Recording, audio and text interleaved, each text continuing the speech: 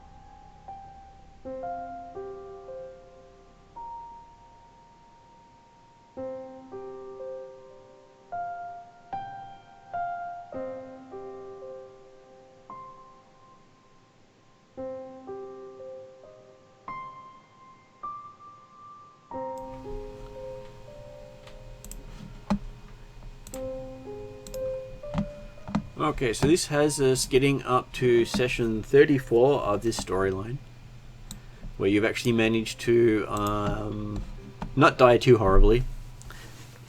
Only had one group of characters disappear. Well, two now. Getting up there. And tonight we have at the table Stefan, waving in the distance. Yep. Does you remember who he's playing? So I'm playing Rhea, who is a sorcerer, a ladrin, and is currently in winter stance, I believe. And was hired to do investigations. Yes, which aren't going so well. Yes, you might not have a great amount to report on your investigations. No, and I'll definitely be docking pay at some point. Next we have on Skype, David. Hello. I'm David. I play Barman Gorino, who is awfully fond of killing a lot of things, but not so much ghosts that we don't get to talk to. Fond of horses, he's a Nethangarian, and preferably doesn't have to do too many intellectual things. Okay, next up is Emerus. I am playing Nasty Stump, newly trained and registered surgeon with the Nasty Stump Surgeons Guild, and I have been running around pretending to be human for a while, and unfortunately my legs broke, but I'll fix them soon. So at the moment, I am a halfling with a cloak that flips inside out and turns into a tree stump. But yeah, I'm pretty happy at the moment. I found a new goal in life, and I'm really looking forward to a new career in medicine. And practicing it on as many people as possible. Absolutely. Practice makes perfect. Next up is Jeremy. Evening, yes, Jeremy playing Dimitri Dimitrios, a native Kaldaran of this Karameikan land, a sage and scribe willing to help out all those in need. Always willing. And next person up we have is Martin. So I'm currently playing a very stupid barbarian by the name of Chum,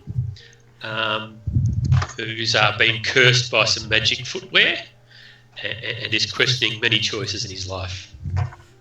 Yes, well, hey, the footwear is amazing, but screws you over just as amazingly. Yeah, that's it. Okay, so we have two players unable to make tonight, so apologies from Grace and Mark. And last session, you were exploring the Quasqueston, which is into the Borderlands. It is the original B1 module. And so you were in Rogan's tomb, looting his tomb. I'd like to think that we were just assessing and appraising, as opposed to looting. Assessing and appraising generally doesn't mean putting in bags and walking off with. Well, we need to check them with an expert. It actually makes a lot of sense if you think about it. These things belong in a museum. Yeah, that too. You've left your fedora at home as well as your whip, so you can't make that claim. Okay. Hey, Dimitri wasn't stating where the museum was located. Or when it belongs in the museum. When you're finished. The Museum of Demetrios. Okay, so yes, and you had just gone into here, beaten up a few things, had to beat up a party member, and then figured out what the actual curse on the party member was, because it was the same day he was cursed, even though it was like 5 sessions ago, and about close to 3 months ago it happened. So it's an amusing thing that happens in 3 months in 1 day of the game time. Yeah. And then you have some game days that go for over a year. So certainly during the rest period, Dimitri has worked out the curse of the boots.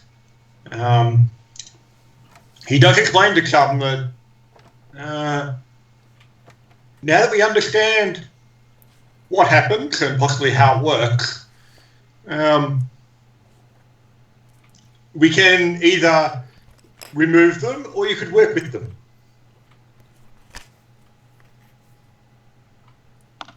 I think I'm happy to remove them. Mm-hmm.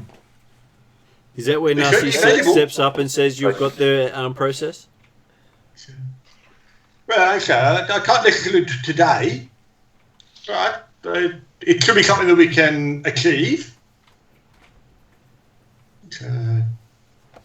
Yeah, I'll need to prepare a bit to actually go through the process, but okay, if it is something that you wish to remove the shoes, then we can do it. And now that we know what happened, we know we can avoid making it happen again. Did someone just make a wish? Just to clarify, even though I'm specialised in hands, I'm pretty sure I could help. I don't think I need that kind of expertise. I believe I am capable of. I do not require assistance for the procedure.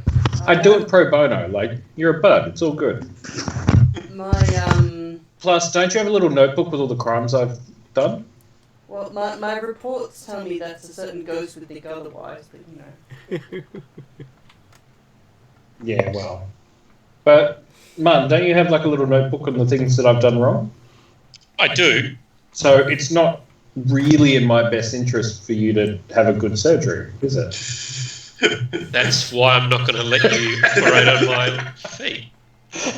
I'm not Fair that enough. stupid. But if I do need to go elsewhere to find a remove curse, then yeah. Well, if you manage to do it, forgot Empress's character's name, sorry. Nasty stuff. Nasty Stuff. If you manage to do it, Nasty Stuff, I'll pay you a bonus.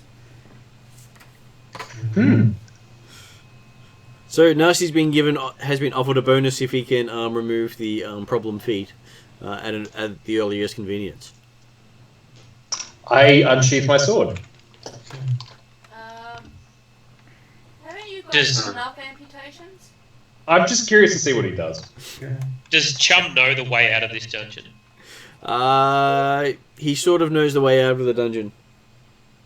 And would that include stopping off for the staff of Redrian? Technically, you should have it with you now. Oh, okay, all right. That was when we were teleporting around. I wasn't sure. Yeah. Yeah, no, we did. We collected. We collected that when we came out of the wizard resting place. No worries. Well, I think Chum wants to get out of there and remove the curse from his boots without having his feet amputated.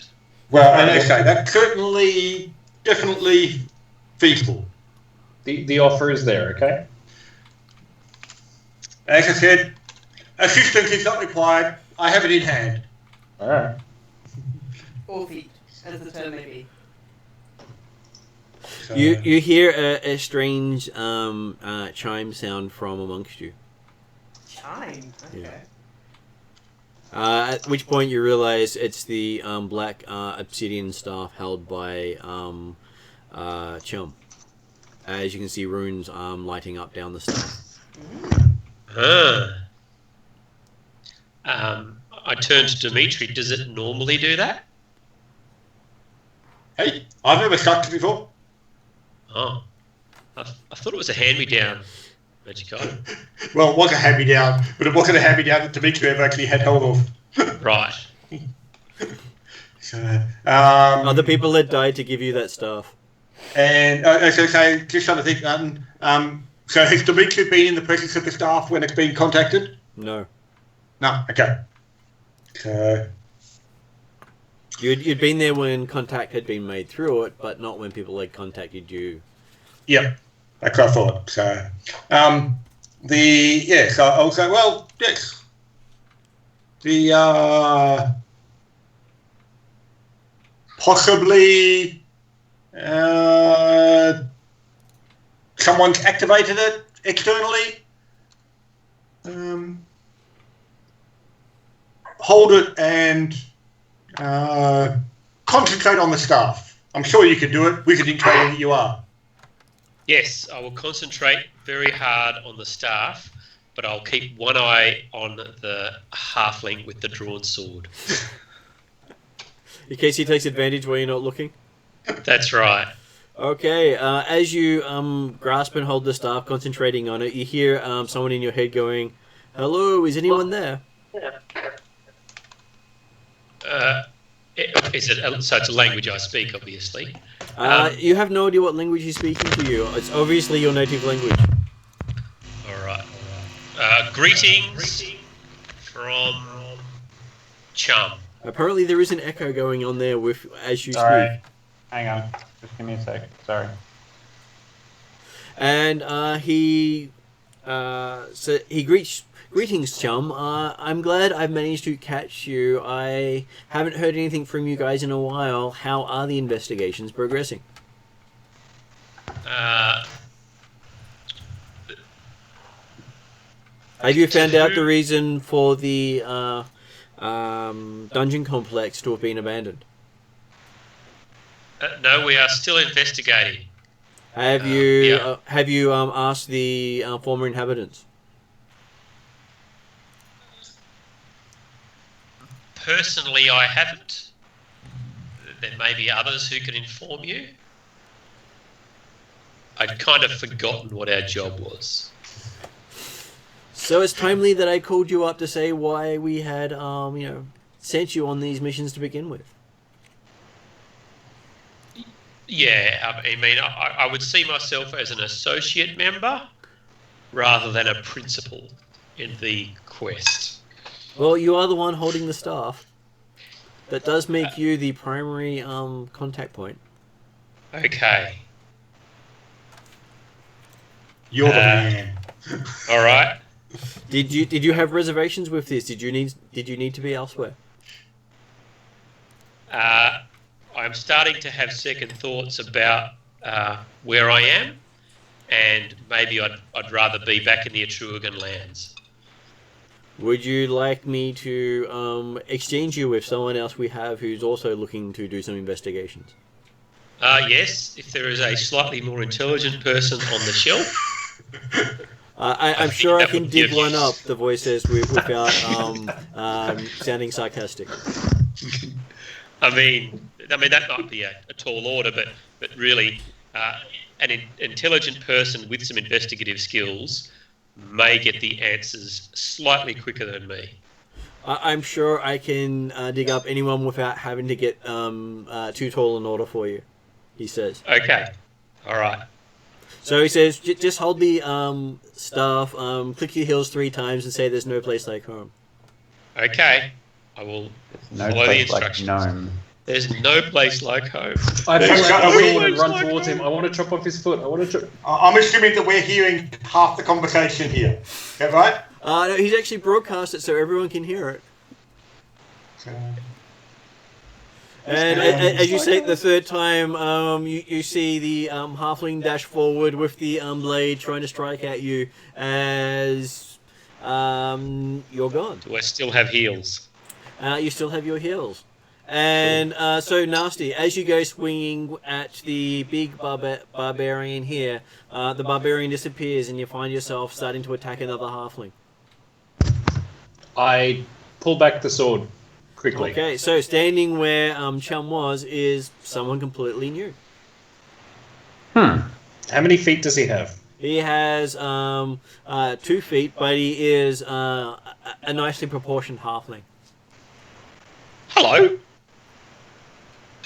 I'm Willie Toscobble. Pleased to meet you. You're saying to the person who just pulled just about to swing a sword at you. I was told I was replacing someone who was deficient. Yeah, that's a word. Is standing in the same position the other one was. Excellent. Okay. Also holding the staff. So also holding the staff. Is this anyone's staff? Is Redrian still like there? Okay. Redrian's still there. And he says, and here is the new member of your group who will remain in contact with me. Just out of curiosity, Redrin, do you have a preference for the adversity challenge? No, but the humour did not escape me. Excellent. Good to know. I had just arranged with Chum that I was going to remedy his concern. I'm sure Redrin will take care of that. And how much has Redrin informed you? Very little. I try to learn about things from first principles rather than making any assumptions. So I'm here to do a primary investigation and report back. Which is why you're in control of the staff. I'll wave my multicoloured cloak and bow. So you sent us a peacock. Redrian, you can hear laughter on the other end of the thing going, well, I thought you'd prefer someone who actually wanted to talk to you. Yes, I'd love to talk to you and play for you. I have some bagpipes here. You had someone who was less talkative, now you got someone who's over talkative. So, well, I seem to have solved one problem and created another one. You don't do things in half. I'd love to talk. Well, it is a bit hard to find the right half. I'll give you that. So it's easy to give a whole, and so in this one he'll give you 100% of his talent. That's right. I know many things. Well, before he starts demonstrating, perhaps you may wish to know what has been discovered so far. Have you discovered why the heroes disappeared and when they disappeared? Because history is a bit murky on that one. Well, from what we've found so far, it would appear that the heroes Rogan and Zalagar, this complex was still under construction at the time that they departed. They appear to have prepared a number of facilities to make it a long-term base for them. However, it would seem that they left before finishing. It does not appear that this place has been occupied for, I think it was some decades by the looks of the dust and things like that. From my memory, okay, this is where I'm trying to remember myself in a sense, but... And even with the use of magical servants cleaning up, it looks like it hasn't been used for a long time. And some areas look like they've had centuries, like the mushroom area is the effect of no maintenance for maybe a couple of 100 years, if not more. Yeah, so yes, certainly at least some decades. Some of the areas it's a bit harder to determine because obviously there has been disturbances from more recent incursions into the site.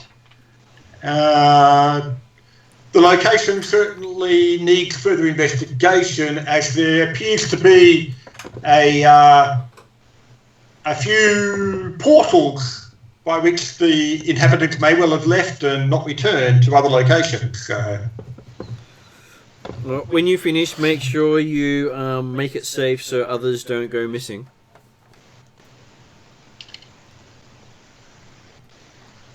Certainly the intent is that the location will no longer become a trap for unwary visitors. He's happy with that, and he will make sure that you guys get payment when you get back to town and give him the final report.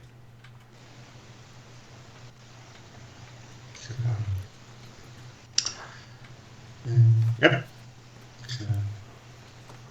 And at which point the runes on it die out, and you hear a chime sound come from the staff. Bingly, bingly, beep. There, bigly bonky boo.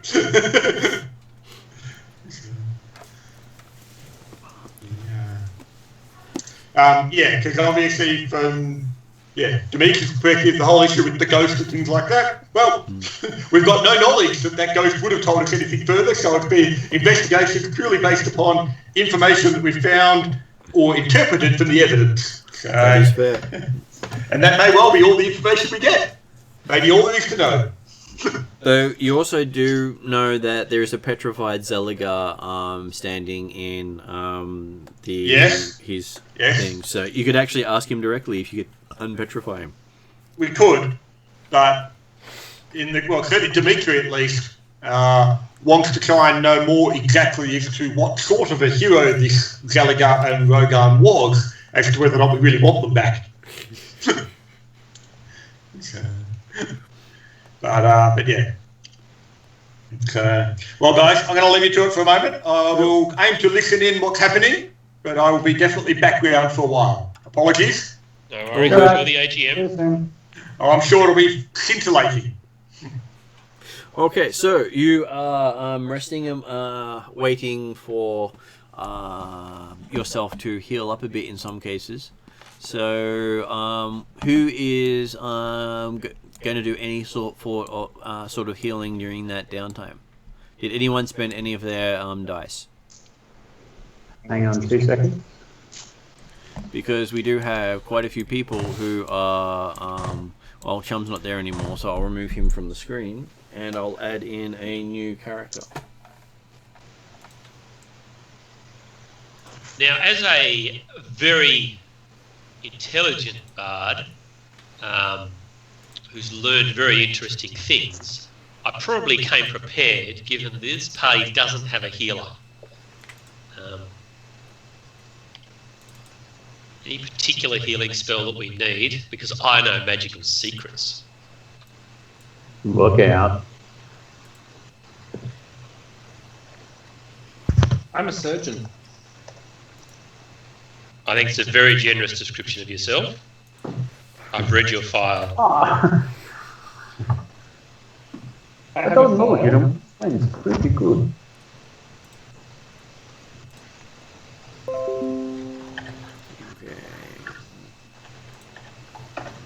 Just having problems on my end with this computer not all responding properly. My new computer's not up and working fully yet, so that's also frustrating. I haven't figured out how to get D20 Pro to work on it yet.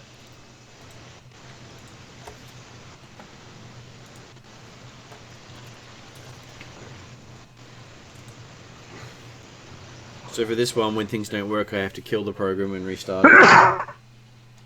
So, what are you... This would be a good point to describe yourself, Martin, and if anyone else wants to update their description, you can describe how he perceives you.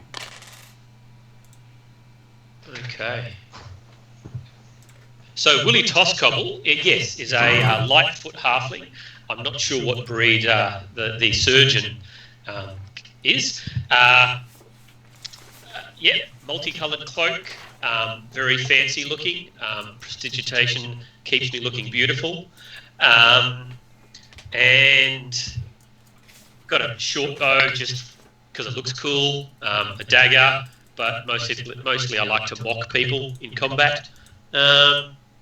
And you do look kind of wounded, so I might summon my healing spirit, if you like, and then the healing spirit works best if you dance through the healing spirit multiple times. So if you follow a circular pattern, try not to run into each other. As you dance through the healing spirit, it will heal you, I promise. And in line with Ria's suggestion, maybe it looks like a shining, beautiful peacock. So, what sort of instrument do you play? I can either play the bongo drums or the bagpipes. Happy to play the bagpipes. There's a third musical instrument I haven't decided on, but they were the standouts. But bongo drums, just to keep the beat, while everyone dances through the healing spirit. Blarman refuses and just spends 2 hit dice. You can have an extra D6 from my singing a song. That's alright. I rolled pretty well. I'm on full health. Okay, so I will update that in a moment. I'm just putting in our little halfling while everyone's talking. So I found a nice little image that will suit for the moment. Because he even has bagpipes. Oh, fantastic. Could he possibly not have bagpipes? Possibly, yes, but unlikely. I'll dance. I'll give it a go. So how many hit points does Willie have? 38.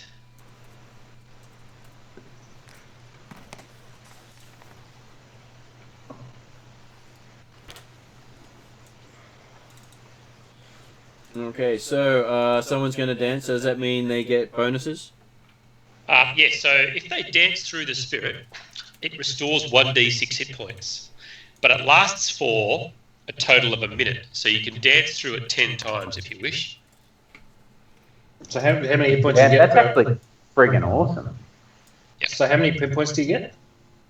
10d6 if you're willing to dance through it 10 times. I mean, I don't know if it feels icky or anything like that.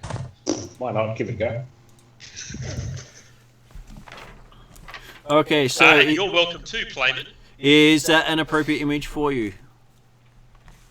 Oh, sorry, I was dancing around the lounge room. Oh, that's okay. That looks beautiful. That is Willie Toscobble to a T. That's okay. That's why I asked. It's actually a gnome one, but close enough. So apparently I have 44 health total. Raya has I currently have apparently 26 out of 44. 26 out of 44. But is your crowd mic on? Is my crowd mic on? I believe it is. But it might not be on Skype. So I will go to Skype and fix it because I may have done something different with Skype. Okay, so let's see.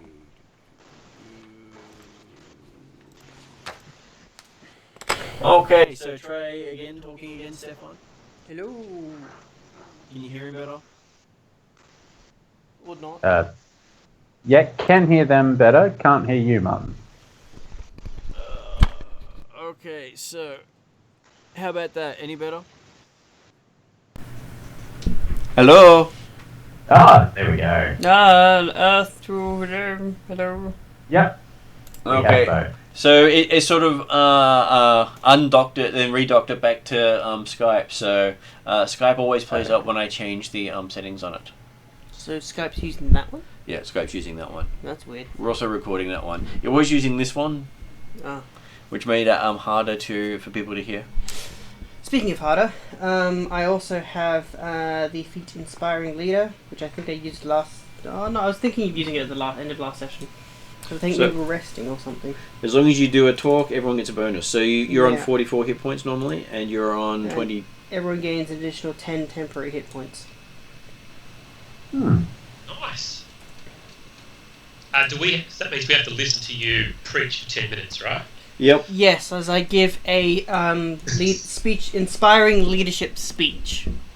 Do you prefer bagpipes or drums as your backing music?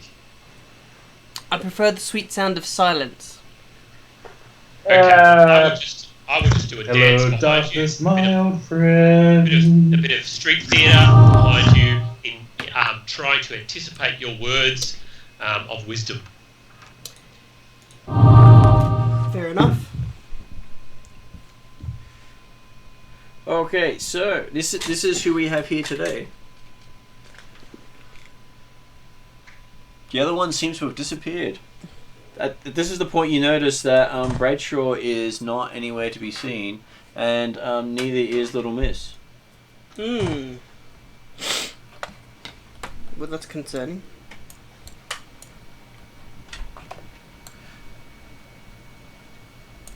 It's okay. We can go without. They always show up anyway. They do. There are worse things that can happen. It's less the showing up that I'm worried about, and more the fact that they'll get stuck down here somehow and not show up. But yep, we shall press on. Okay. Doesn't that mean more money? No. Technically. Yeah, see? I get paid differently to you do. That's more money. And also remember that some of the people missing have the money. Well, shit. Yes, here's the technicality. So yes, you could technically get a bigger share of less. Should we go look for them? You never saw them walk off. I'm suddenly very worried for them. And their money. One of them had just looted this room of all the magical items. I'm sure they'll turn up. It's fine. They show up. Money come back. So you do notice that Playman has a big glowing halberd. Is that new? Yep. He picked it up at the end of the last session. I don't remember this. Little Miss got you to pick it up. Yeah, wasn't there a couple of swords that I was going to look at? Yep, Little Miss has those. Ah, son of a bitch. And there was the golden pick that almost killed you. Alright, I'm just going to send a quick message to Grace. Give me a second. Motherfucker, you have my shit. Give it back. Okay, sorry, I'm done. Now, sorry. Wait. I didn't say that out loud, did I? No, not at all. Alright, cool. Don't worry, you can listen to it later. So are we actually figuring out where they went, or are they going to be back? Is it one of those they've just gone to have a quickie, or what's the go? Well, you never saw them leave the room, and there are no footprints of them leaving. And they disappeared at the same time that you had one of your other characters, you had Chum disappear. Oh, did they go as well? They disappeared as well. Are they coming back? You don't know. Does anybody know?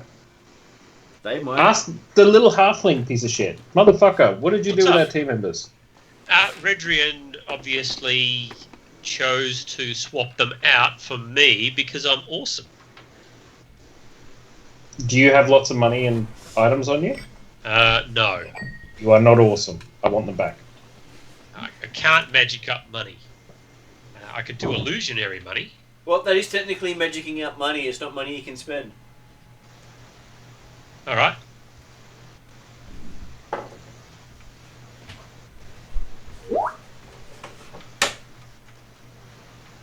Okay, so where to now, guys?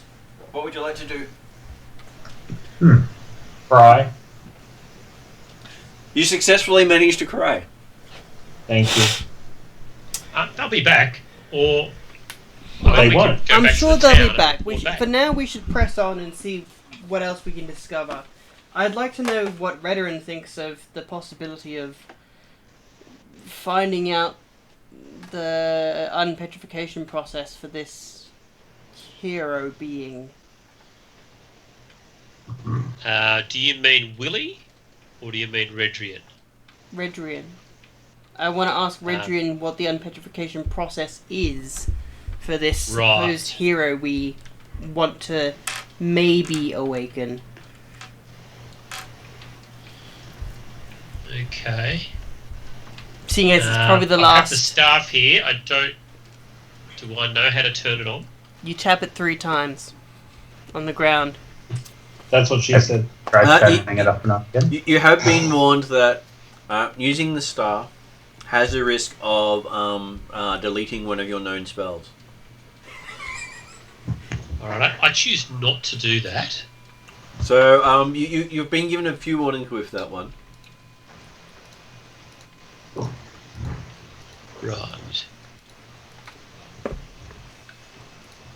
Anyone got a bad feeling? I mean, I have the Dispel Many. magic spell. Mm-hmm.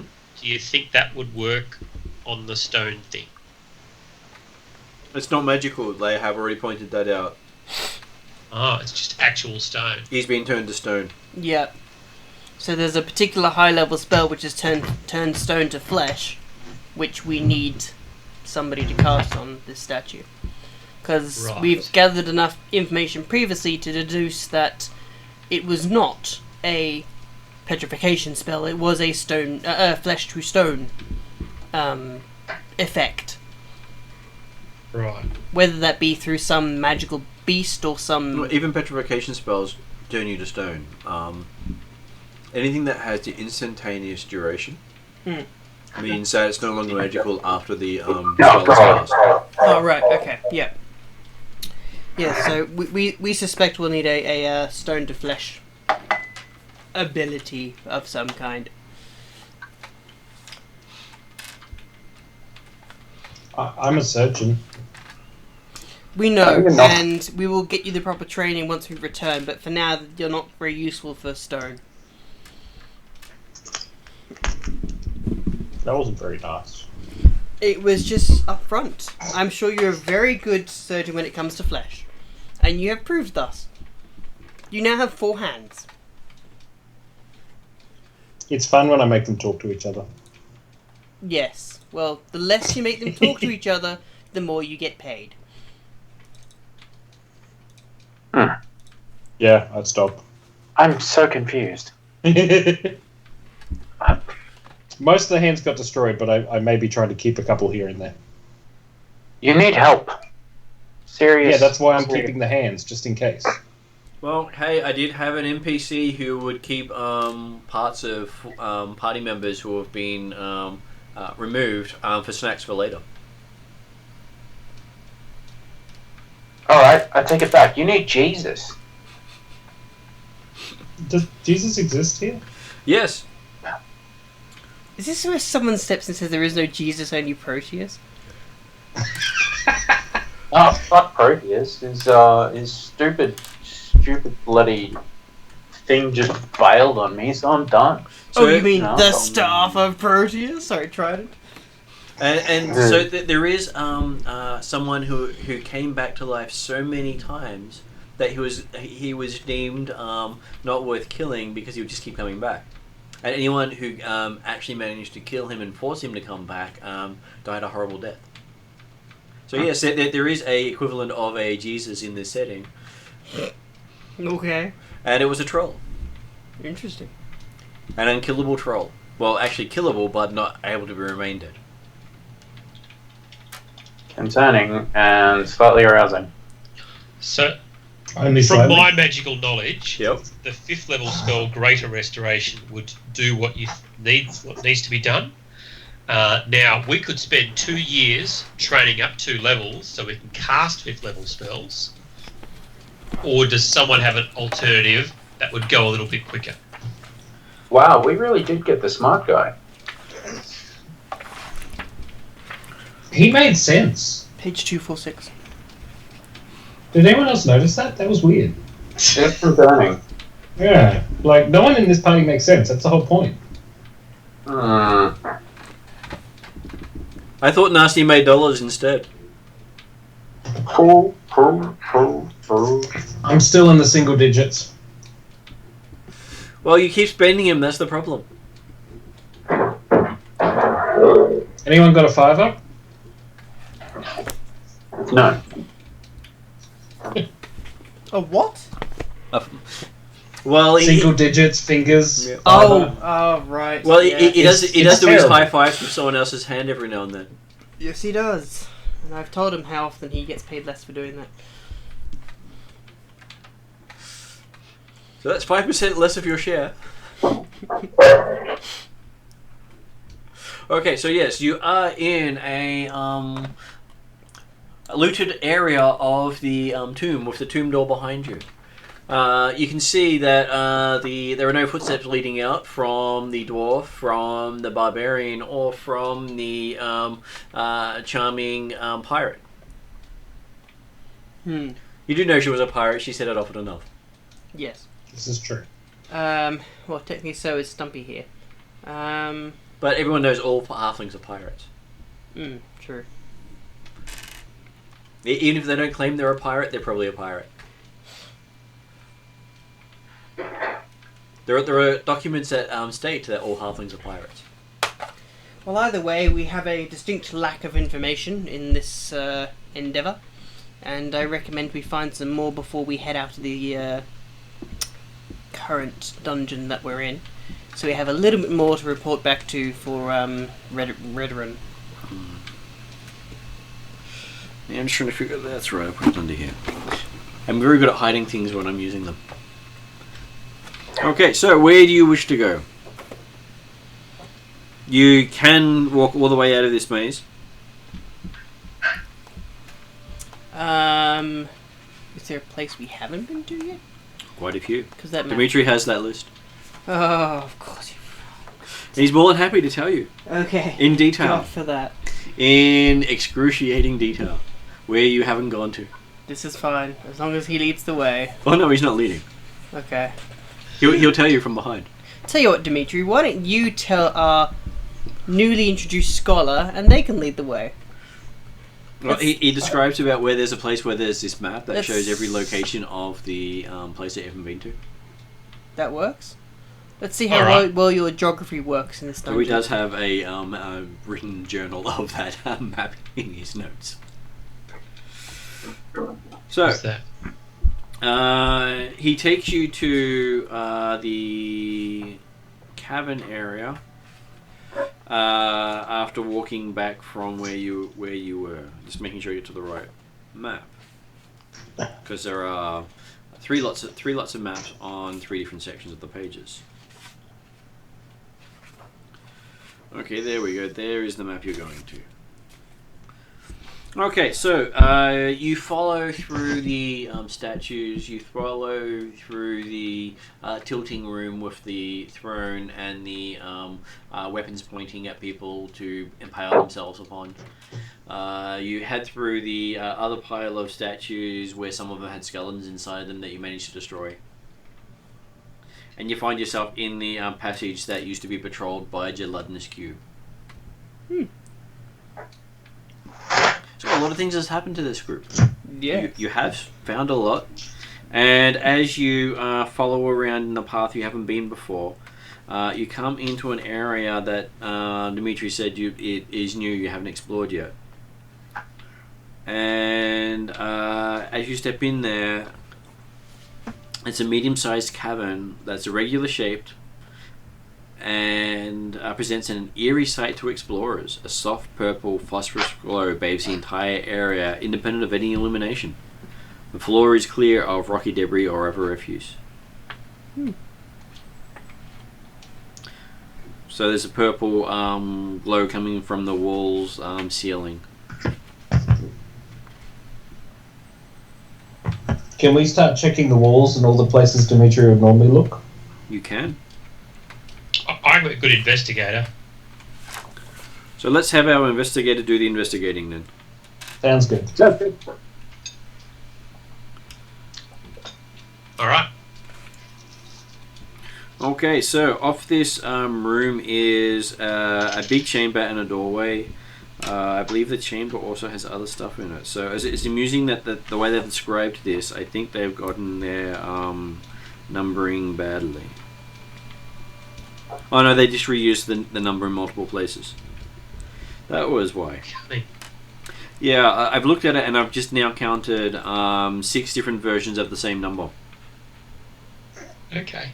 And in every other place but the one I described, it's irregular shaped caverns. The one I just described has square caverns. It's like, I think the description's wrong. Okay, so I'll give you the other description of this area, because that is a little more to what you should be seeing. This is a 60 by 40 foot room filled with rock piles and rubble as well as mining equipment. Everything is covered with a thick layer of dust. As is apparent, there has been no mining activity for some time. There is also a side door off this cavern that you haven't been through. There are stairs going up. Mm-hmm. And you haven't been to wherever those stairs go. Yep. So with I got 24 for investigation. Yep. Do I figure out what the purple stuff is? It is phosphorus mold. Is it likely to hurt us? If you lick it and ingest it, like any mold and spores or fungus, they aren't fantastic for the digestive system. All right, I will look at the barbarian. Please don't lick the mold.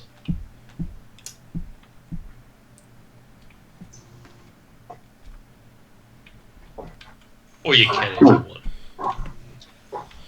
want. Does Playman have any temptation to lick the mold once he's been told not to? Playman's got a few temptations, none of which are licking a mold. Okay. So, apparently we have less licking involved, which is good. And there is the door, the stairs, and the mining equipment in the room. Anything you want to explore first?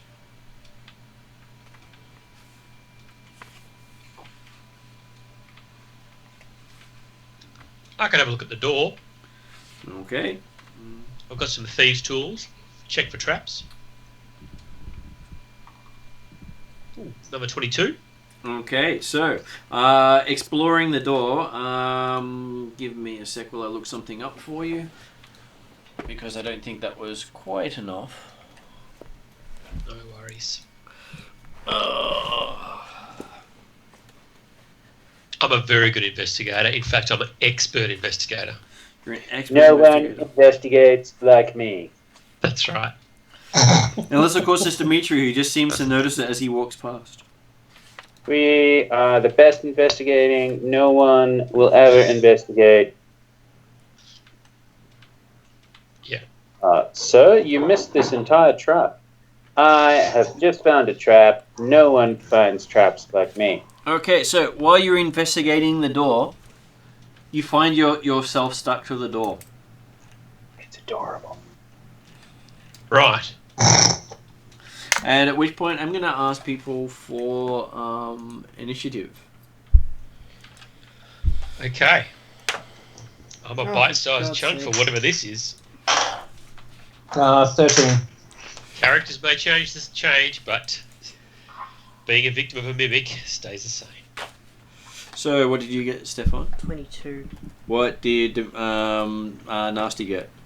13. And what did Fleming get? Hang on, my dice roller is glitching. So, More on it. so I'll 12. write glitch down. And Hang on. what did Willie get? 8. 8.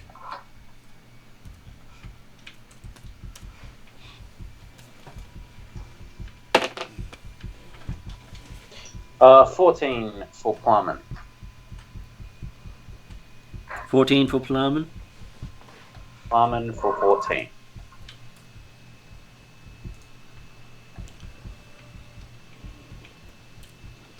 Okay, so Rhea.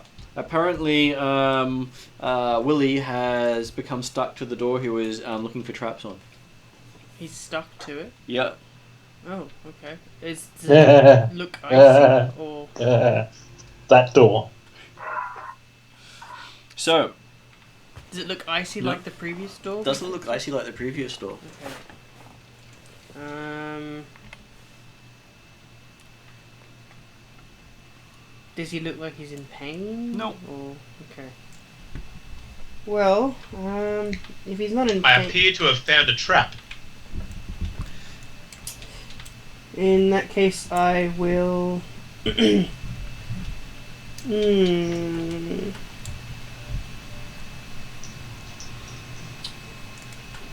I might hold. How do I hold my action again? You can basically just say I delay. Okay, I delay. Okay, so you delay, and that means Clayman, how would you like to save the day? I'm going to attempt to pull him off the wall. Okay. Give me a strength check with disadvantage. Wow, I thought the fall was bad. I got Natural 7. one. No, not that bad. Okay. So yes, you pull and pull, but unfortunately, you can't seem to separate his hand from the door. Gotcha. Okay. Wow, if only we knew somebody who was good at removing hands from things. Nasty. I start giggling and pull out my sword. Need some help there, buddy? I don't need my hand cut off. You don't not need your hand cut off. Okay, what would Willie like to do in response to someone pulling their sword out, giving you the one of the biggest smiles you've ever seen on a pirate? I'd like to figure out what condition I'm in. Am I paralyzed or... You believe that your hand is stuck to the door. Alright, so normally there's a spell called Lesser Restoration. Yep. Which would cure a condition or disease. You're not diseased, and you give me an insight roll. 16. You believe you are grappled by the door. Grappled. Mm-hmm. So I want to escape from the grappling. Yep. What skill does it use? You can make an escape check. Is it acrobatics? Let me just check what escape is, because there's a specific roll for escape. I realise it's not my turn, but can I look really excited? I just wanted that to be communicated. Okay, 195.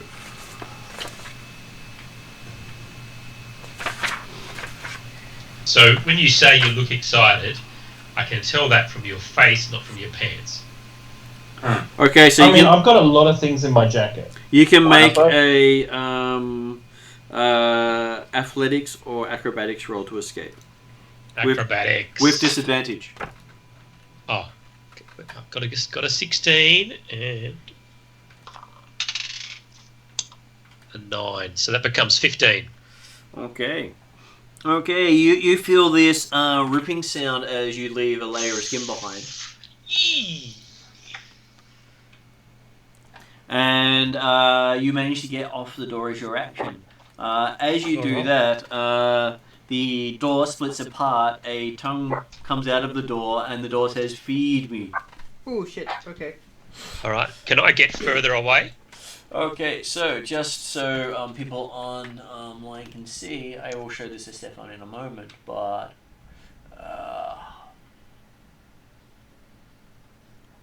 that's the big. door. We can take it. I have to ask a question though. Where's its hand? It's already been disarmed. Crap. You're a little late. Okay, so Raya had held your action.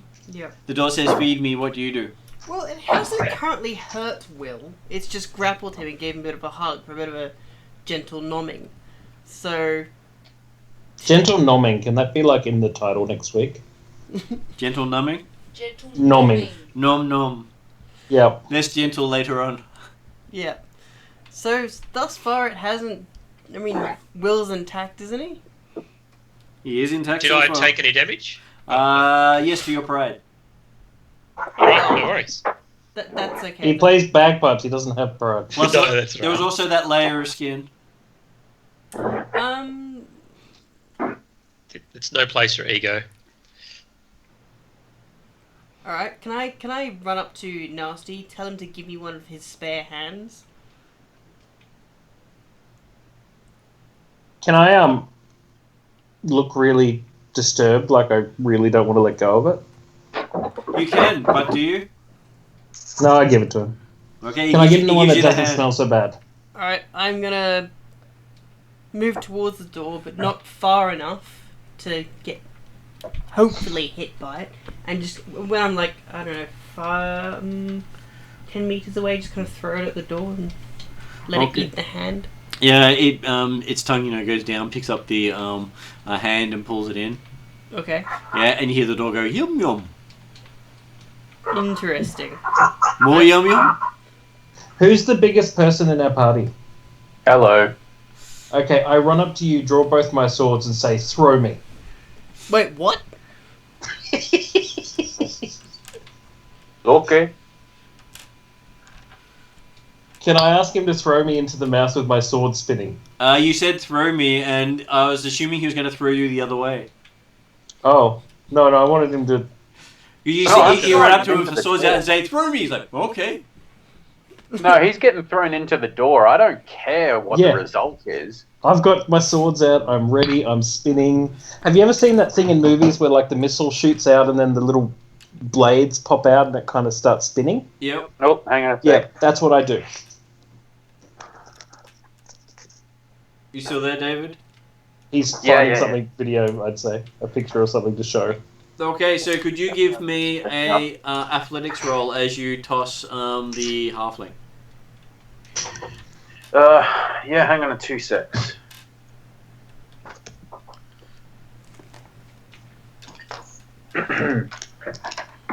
Okay. Get off my shoes, you little turd. Hang on a sec, sorry. Well, I won't stand on your shoes then. Yeah, right. God damn this roller. Okay. Alright.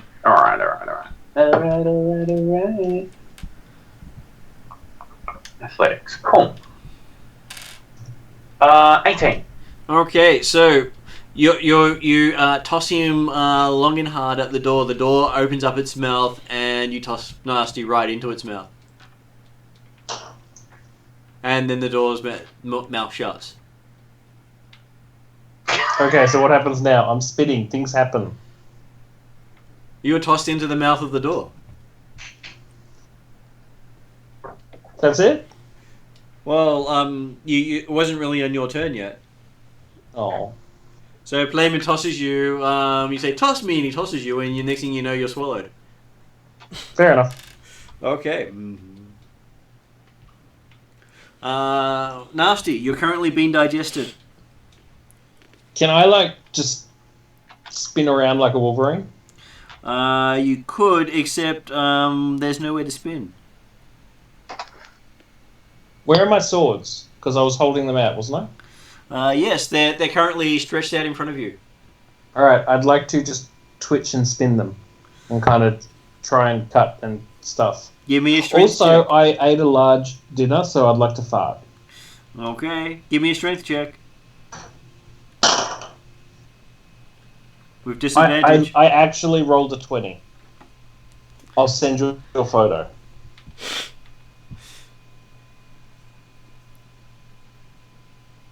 So a 20?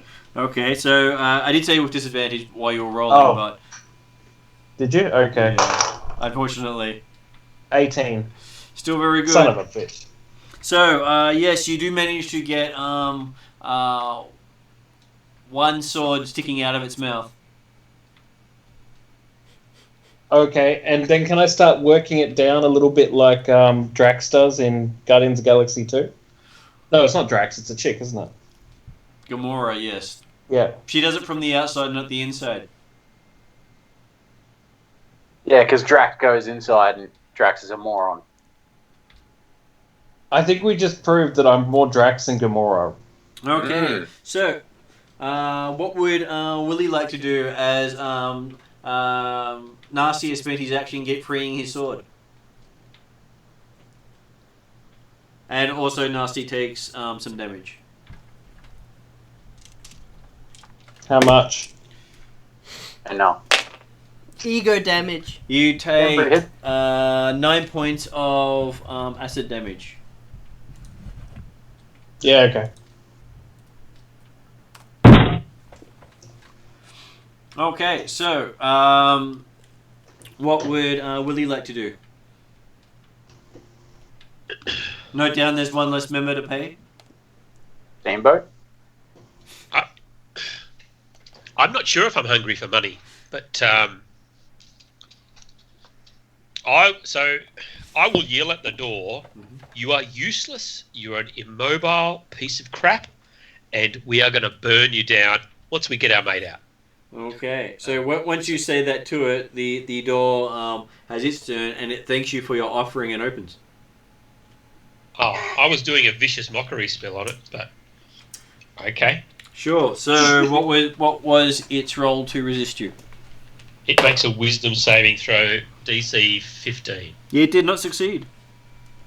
Okay, it has disadvantage on its next attack roll.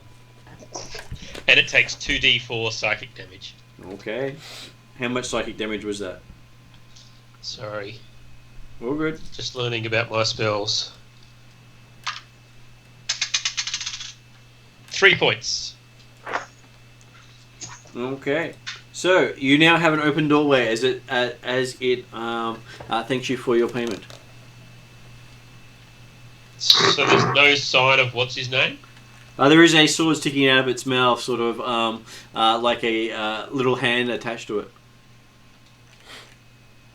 I'll turn to the barbarian. Do you reckon you can pull him out of there? I don't know. I mean, we can always try. I do like stabbing.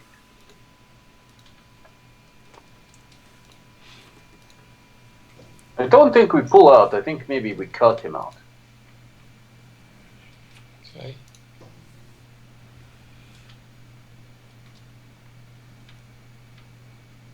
Okay. Cut him out. Does that mean we're just going to hack up the door? Yes. All right. I'll just turn to the sorcerer. Do you have any burning spells? I did threaten him with fire, but I don't think I have any. I do.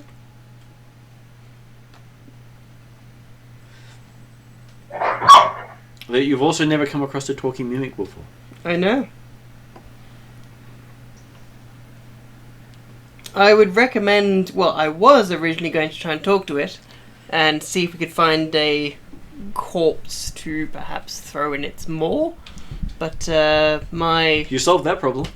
associate seems to have replaced a corpse with himself and made the payment. So now we have the issue of replacing said associate with something else.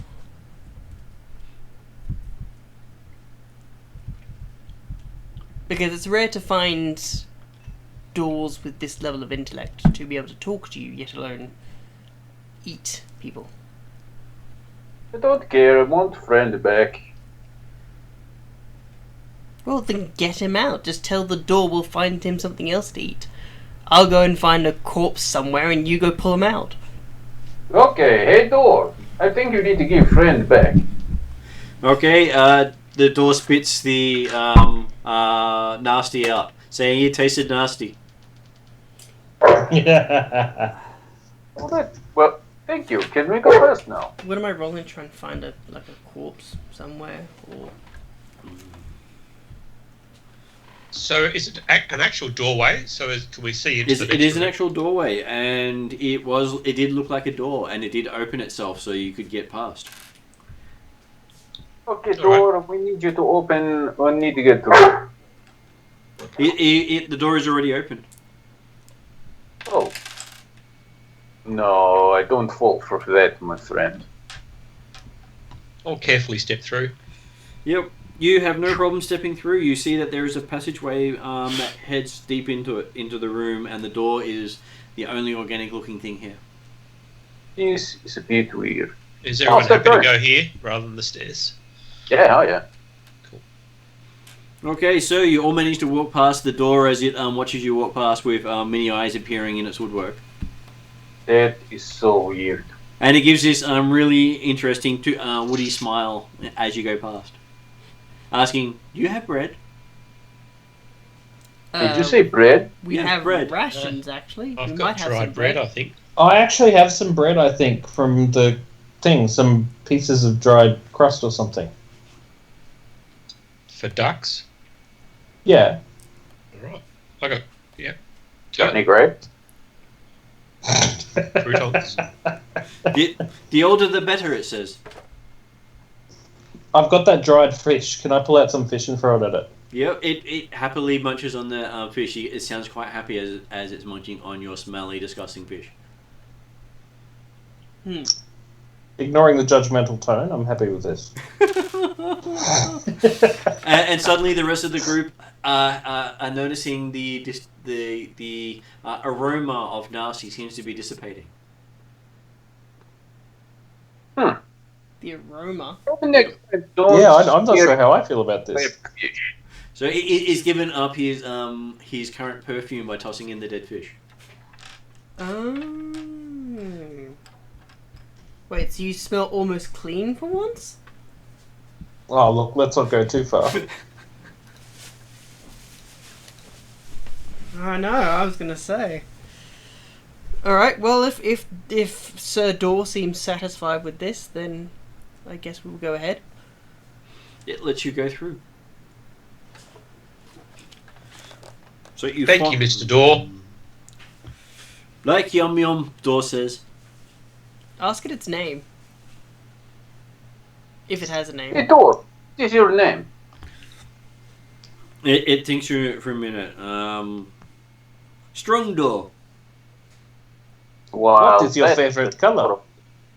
My favorite color is yellow. I'm just gonna start taking notes at this point. Just to note down this magical door that has its own persona. You are a very strong door. I wasn't always a door. What were you before? I was a box, but people kept opening me. And Oh, then you were really the disappointed fool. when I ate them. How long have you been down here? It looks around with his eyes in various directions. About 50 years. All right. Do you know about the Full of mimic. wizard who ran this place? No, I'd like to taste him sometime. Right. Do you He's know still up. much about what went on here? Why it's abandoned? Well, the lizard, bad tasting lizard people nearby don't talk much. But they do stick around when they come by. I assume he's referring to kobolds. And then there is the ooze. He's not very good at conversation. He just sucks up the room when he goes by. Yeah, Do you have anything inside you that's inedible that you might like to regurgitate? I already have. He is a It smart was one. nasty. Oh. So, where did you learn how to do puns? I ate a halfling. Okay. All right. It was just a short meal, but it was great on the coming back up again.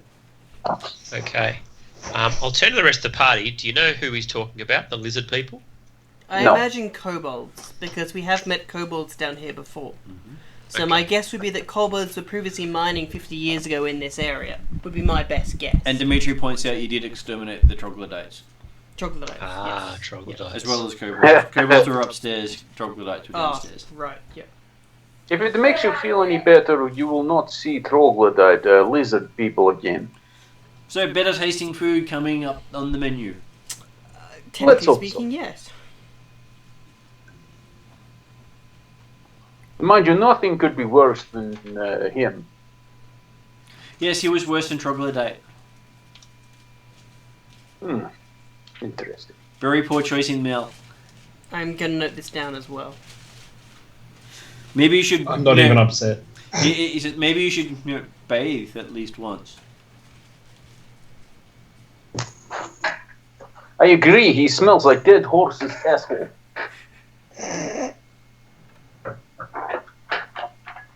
I mean, yes. But lot less on now.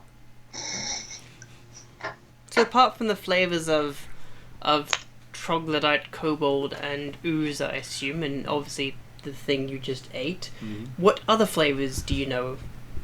I like cheese. Cheese? You've been fed cheese before. Cheese is nice. Who Cheese fed is you good. cheese?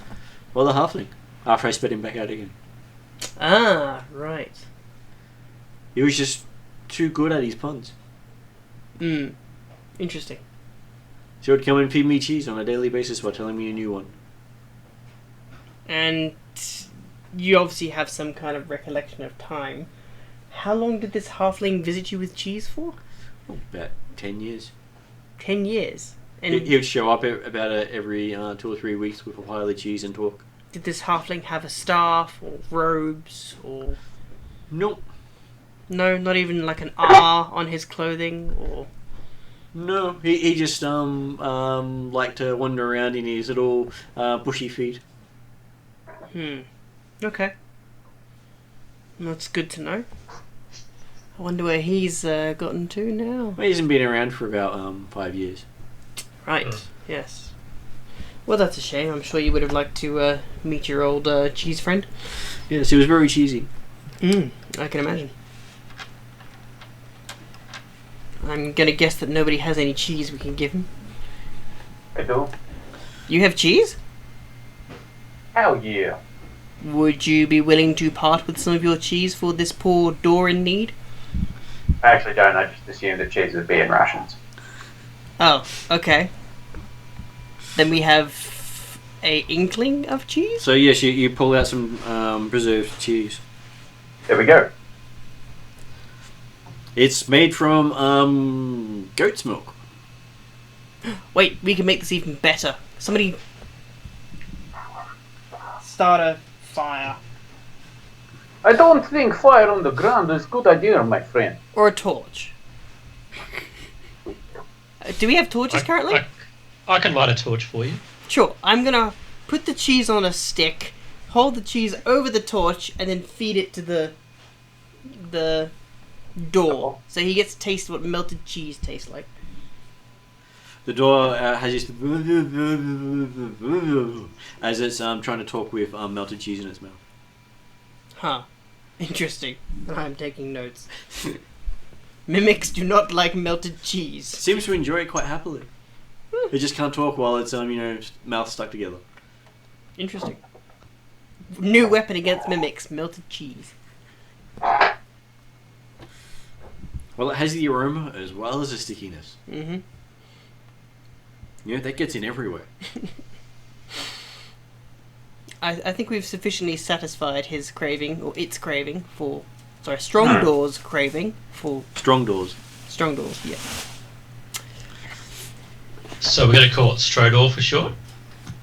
Well, you might want to ask it if it prefers nicknames. Strodor? Strodor. Squirtle.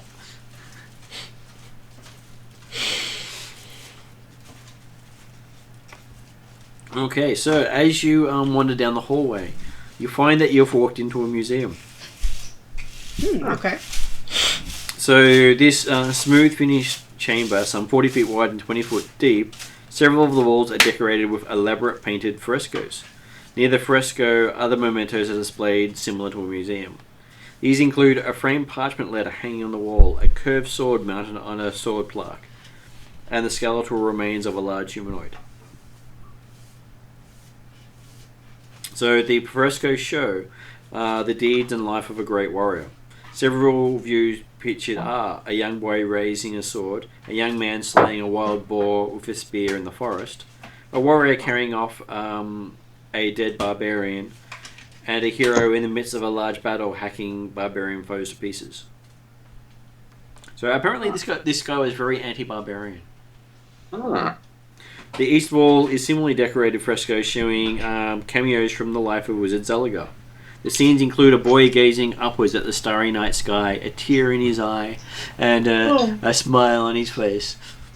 A young man diligently studying at a great tomb, an earnest magician changing water into wine before a delighted audience, and a powerful wizard casting a type of death fog over a barbarian army from a hilltop. The north wall fresco is unfinished, but several sections show two great men together. These scenes include shaking hands for the first time in younger days, winning a great battle against barbarians in a hill pass, and gazing upwards together from the wilderness to a craggy rock outcropping, which is where this stronghold was constructed. With a fourth space left blank. The framed parchment is a letter of gratitude for help in the war against the barbarians from the Castilian of a keep. The curved sword appears to belong to a barbarian chief, and appears to be a great scimitar. And the skeleton of the barbarian chief is there. It says, Ichtor, chief of the Ice Bear clan. And apparently there are other areas here for still more things to be gathered, but they never quite made it.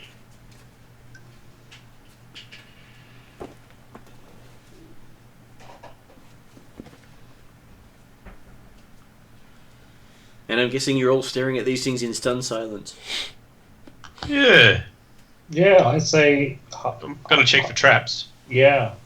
That's, Sorry, guys. I'm just muted. Oh, thanks. So one of them was unfortunate stunned silence. The others were just like, "Is there traps here?" Okay, so give me a investigate roll to look for traps. 16. 16. Okay, this place does not seem to be trapped. It also seems to be unused. This place seems to be the least entered place you've come across so far, besides Rogan's tomb, which was also similarly sealed up.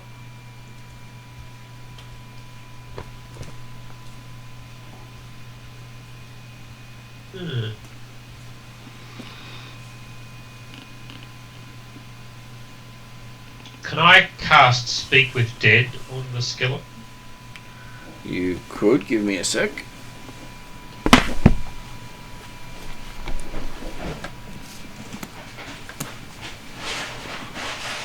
Wondering how much of it has to be there for you to be able to speak to it. It says it needs a mouth, but I don't know if that meant like a skeleton might not have a mouth. I don't know.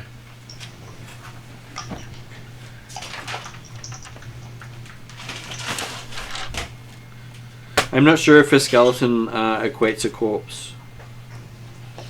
Okay.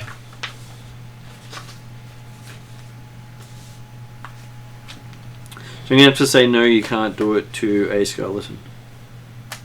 No worries. But otherwise it would have been quite useful if they had to preserve the body.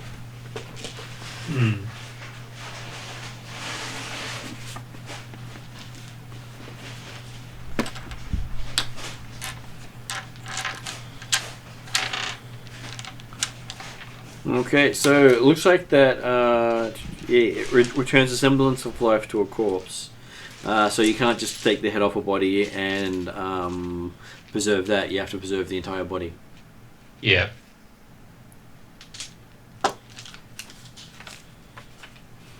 Okay, and would only let you know what the corpse knew in life. So, you see there's the skeleton, there is the sword, there is the letter. There are the 3 murals.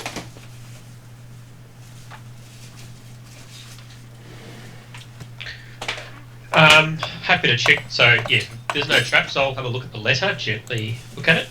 Yep. You don't recognise the language.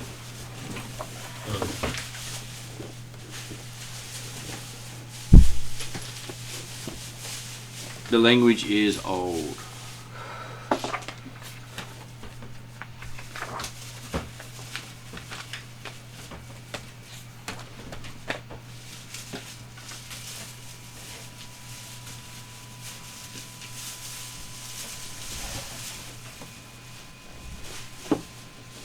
Okay, so looking at it, it does appear to predate the current inhabitants of the region.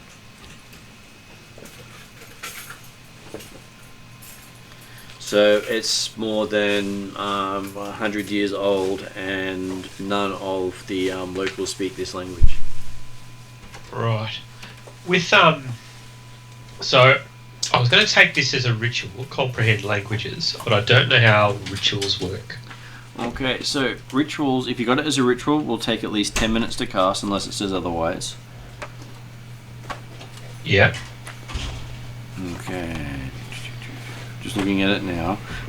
If you have it memorized, you can do it without rolling. If you don't have it memorized, then you make a tradition check using your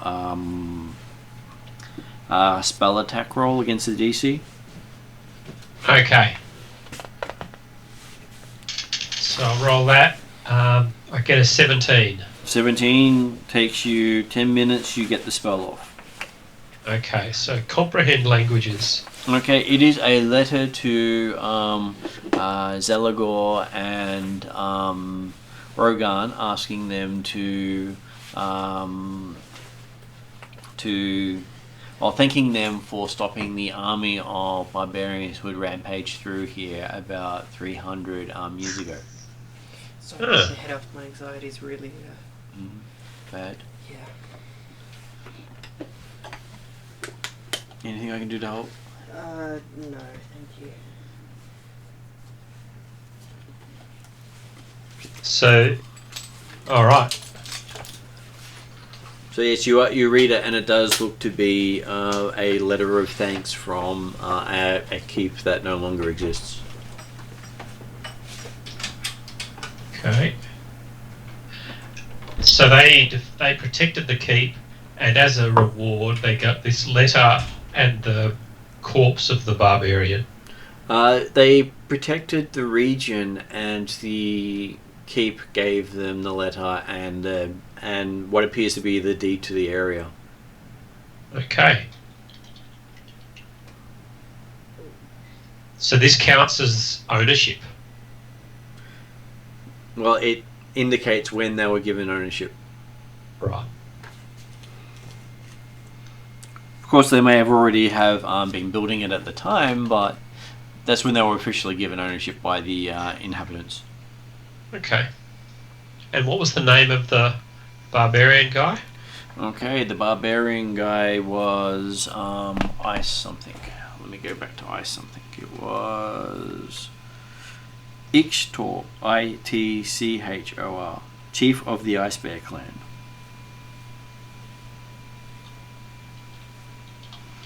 And that is written in Thaiation.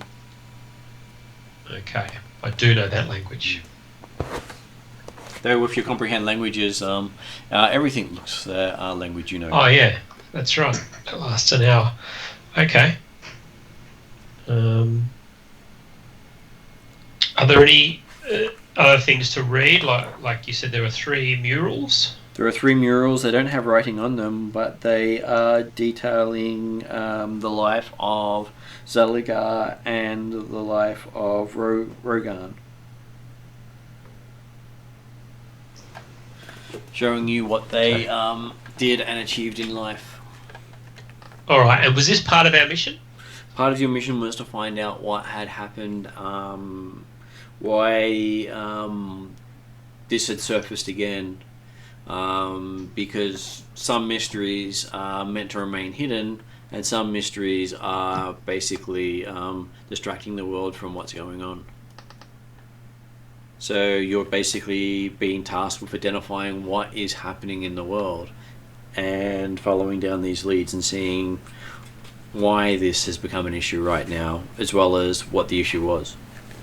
Okay. Because a whole lot of things are happening at the same time when you wouldn't have expected it to. Yeah. All right. So the sword, the scimitar. I don't know if the barbarian wants to touch the scimitar or if he's happy for me to have a go at it. It is a great scimitar, so it is bigger than a normal one. Oh, then I probably can't even pick it up. It is quite heavy. Martin, do I still have the dwarf axe? You'd still have the dwarven hammer. Hammer. God damn, it's a hammer. Cool. I can touch it if you want, but I'm not going to use it.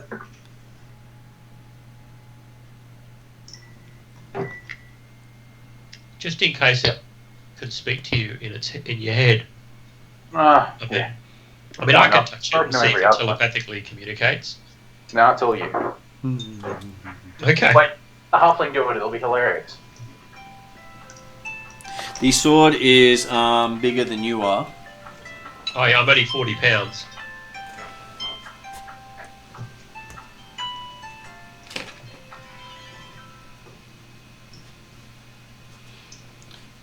And it is quite heavy, so looking at it you don't even think you can budge it. It actually has the heavy trait. Can my hand fit around the handle? It looks cute around the handle. Doesn't actually go all the way around. And I'll think at the sword. And yes, it thinks just like a sword. Alright. I don't think I can attune to it or anything like that. If it is magical, I don't have detect magic. Okay. So yes, it is just sitting there unmoving. Okay. Anything you guys want to do? No. Alright. Are there any other ways out of this room? No, this is a sealed room, so the only other way is up the stairs that you haven't been before. Okay. You've been through the All rest right. of this level. Let's go up the stairs. Everyone happy with that? Yeah. Cool. Okay, the door thanks you and asks if you could bring it cheese. Yep, we'll be looking for cheese. It's more than happy for you to come back with more cheese. There was a skeleton in that room. Are you interested in skeletons, or you need a bit more meat or cheese on it?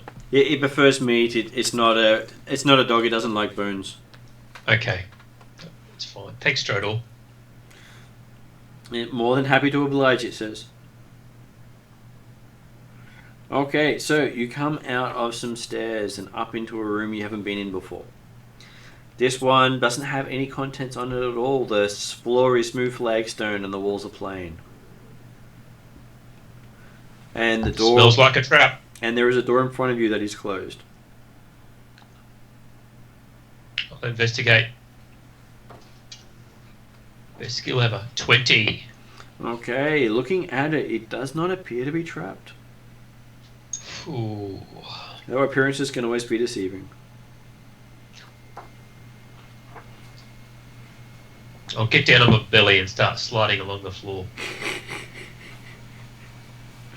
Okay, so you do the belly slide and you don't actually find any traps as you slide to the door. Okay. You've reached the door without setting off any traps. Alright, check the door for traps. Yep, 24. 44. It does not appear to be trapped. Alright. Listen, anything happening on the other side?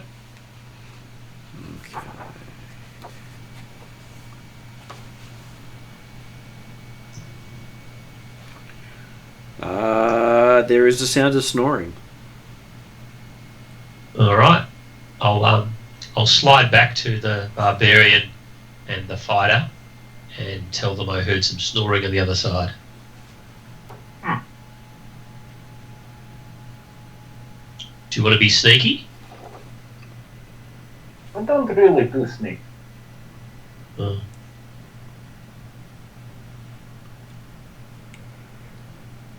But maybe we can do sneak and then I will run out. You know, once the sneak is gone. Okay. Okay. Maybe ask the dumb one who likes hands. I'll give it a go. So I'm thinking that we could, if someone's sleeping in there, we could tie them up or something like that. Or at least like hold a weapon to their neck without cutting their head off and then talk to them. Yep. Or if they look like they're not a threat, we can just wake them up. Yep. Okay. I'll go over and open the door Okay. quietly. You open the door. You find yourself in a passageway. The snoring's a lot louder. It sounds like multiple people are snoring.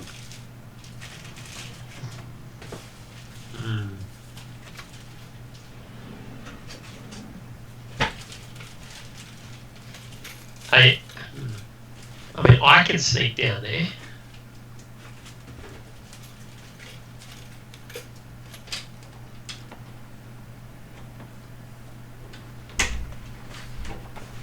I mean, maybe. How many people do you think? Maybe the two halflings should come and go, because we're little.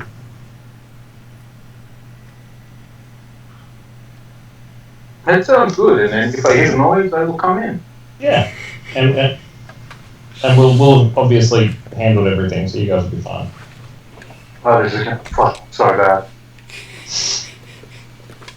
Many bad things can happen. So looking down the hot corridor, you can see there's another door before it enters into a big room where you can see the snoring's coming from. All right.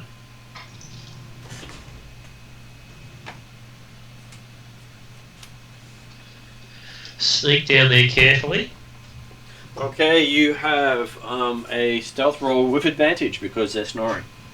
Oh, fantastic. 23. You are light on your feet. You can't even hear yourself. And stomp.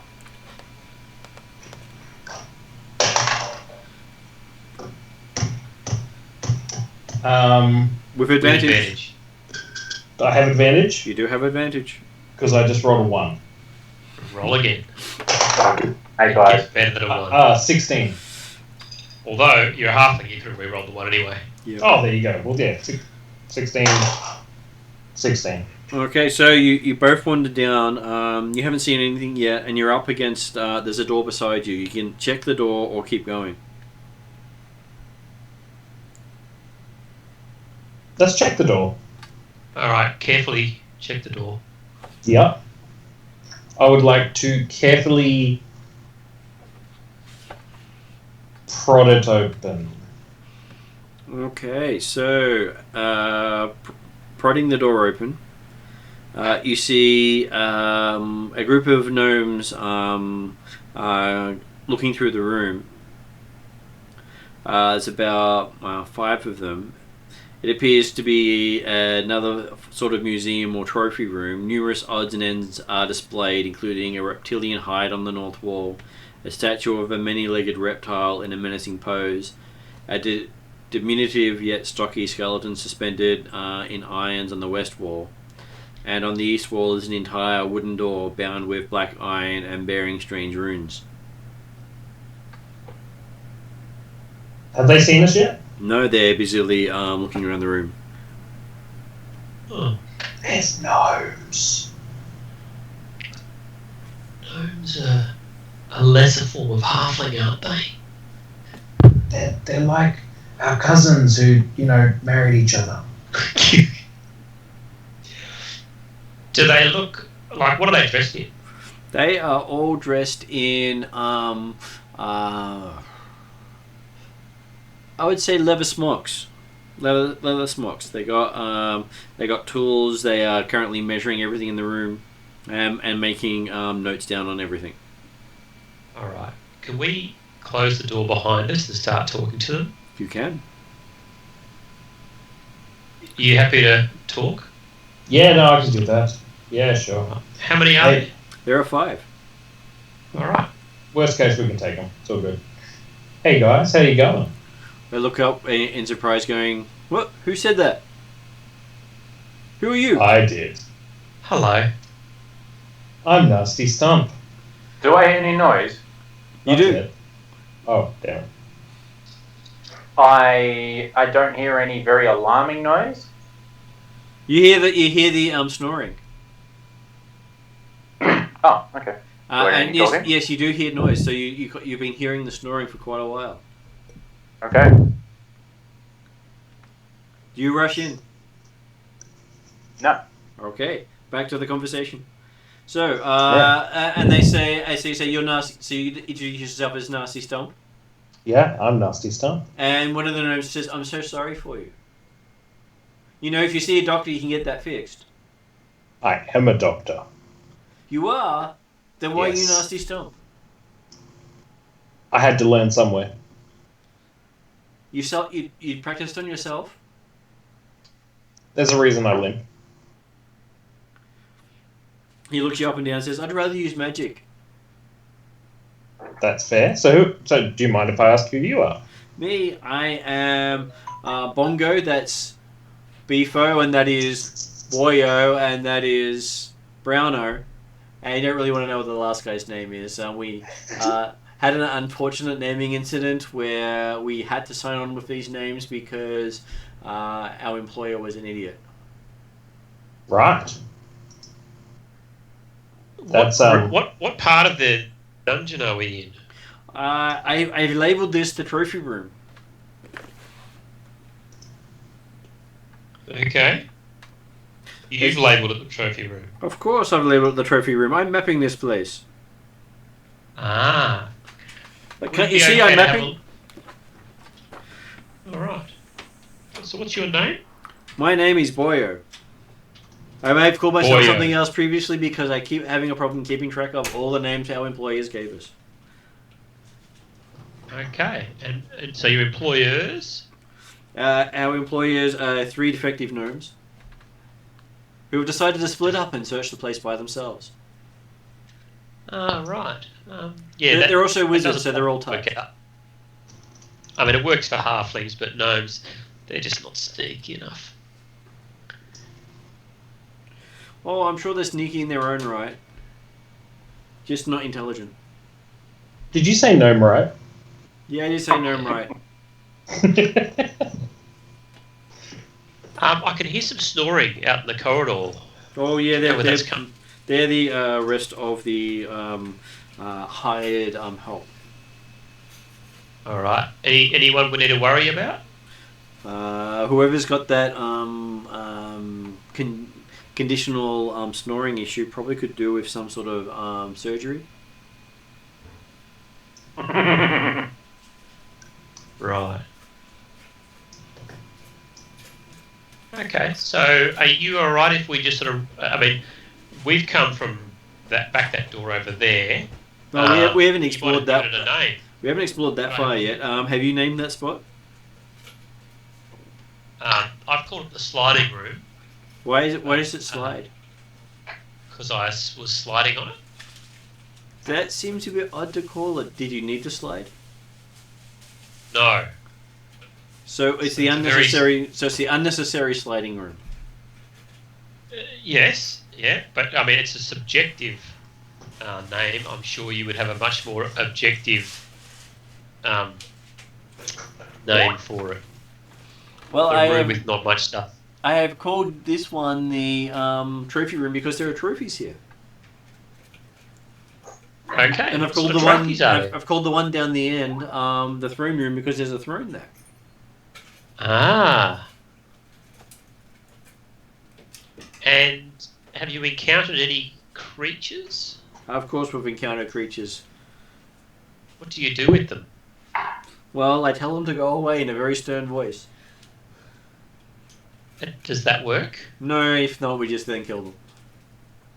Okay. So you're quite good at killing things. I try not to be. I prefer to talk first. But some things, just want to hit first and then ask questions later. So many of Yeah. those tall, long legs think that killing things is the only way to get stuff. But It's can actually- terrible, isn't it? you can I don't actually tell understand things those from people. their entrails. So once you kill them, you rip out their entrails and tell their fortune. I normally talk That to them. wasn't me. That was out of character, by the way, of course. So if they don't talk to us before they die, then they'll talk to us after they die. I mean, it is fair. That makes sense. Kinda. Well, this is the best country to learn about, dealing with the dead. You do know that, don't you? You've come to the wilds of Traldar. Or they sort of bastardized it to Trolladara now because apparently time has passed and they like to rename things. Yes, I'd heard that. And now they're calling it Karameikos, so humans can't seem to make up their minds. You just should label things once and not worry about it. Gotcha.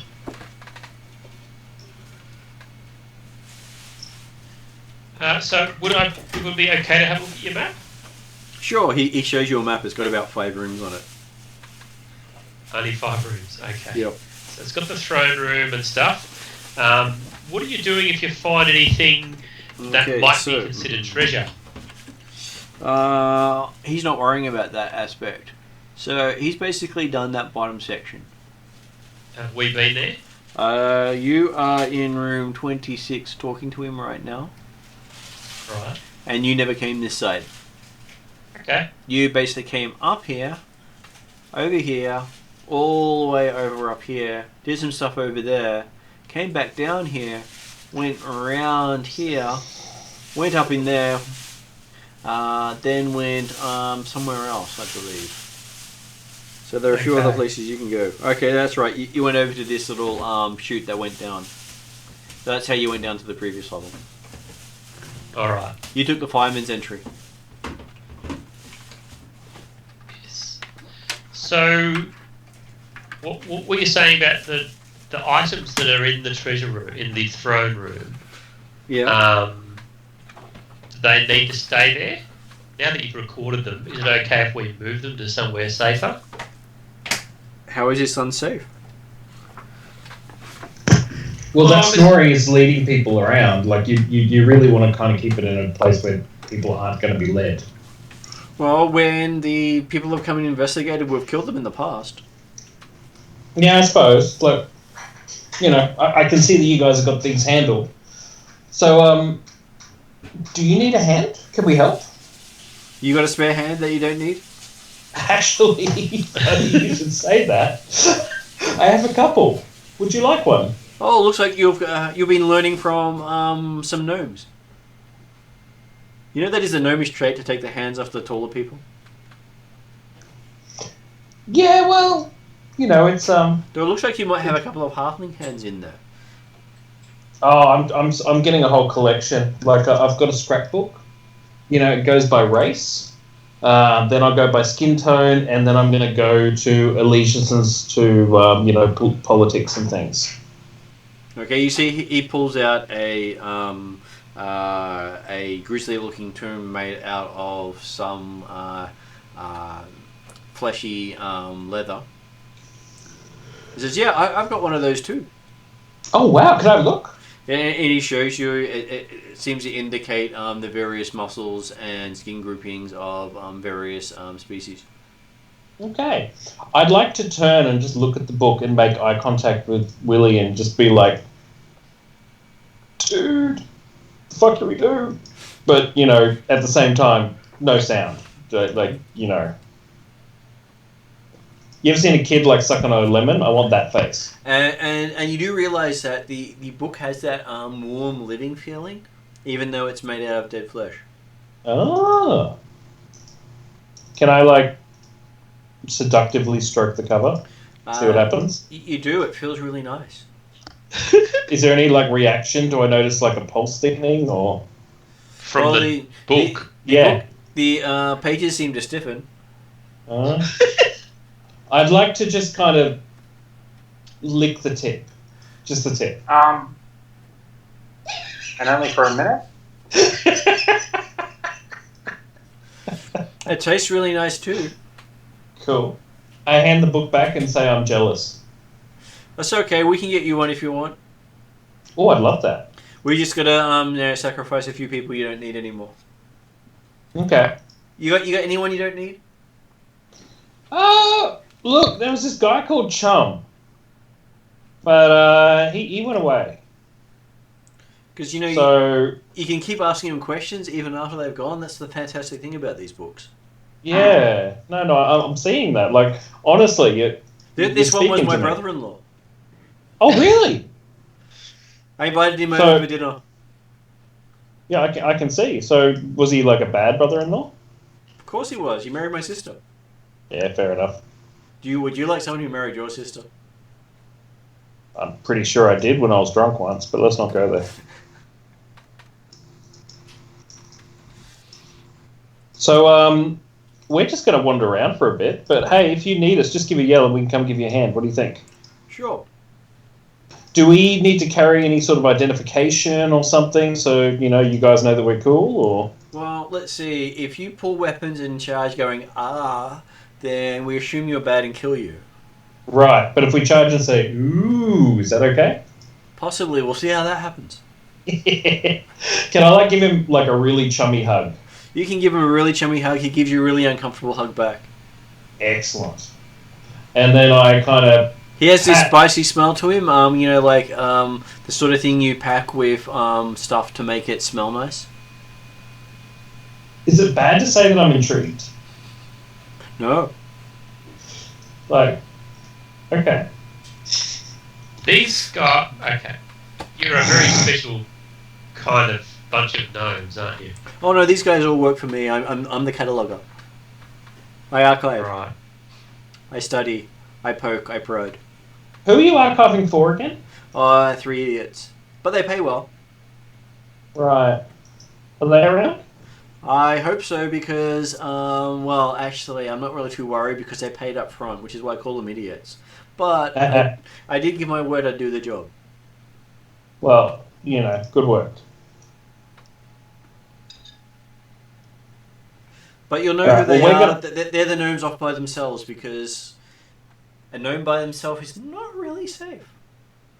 No, I heard once about this guy that fell over a gnome trap and broke his neck. That was some weird shit, hey.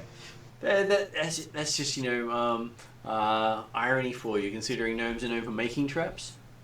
Yep.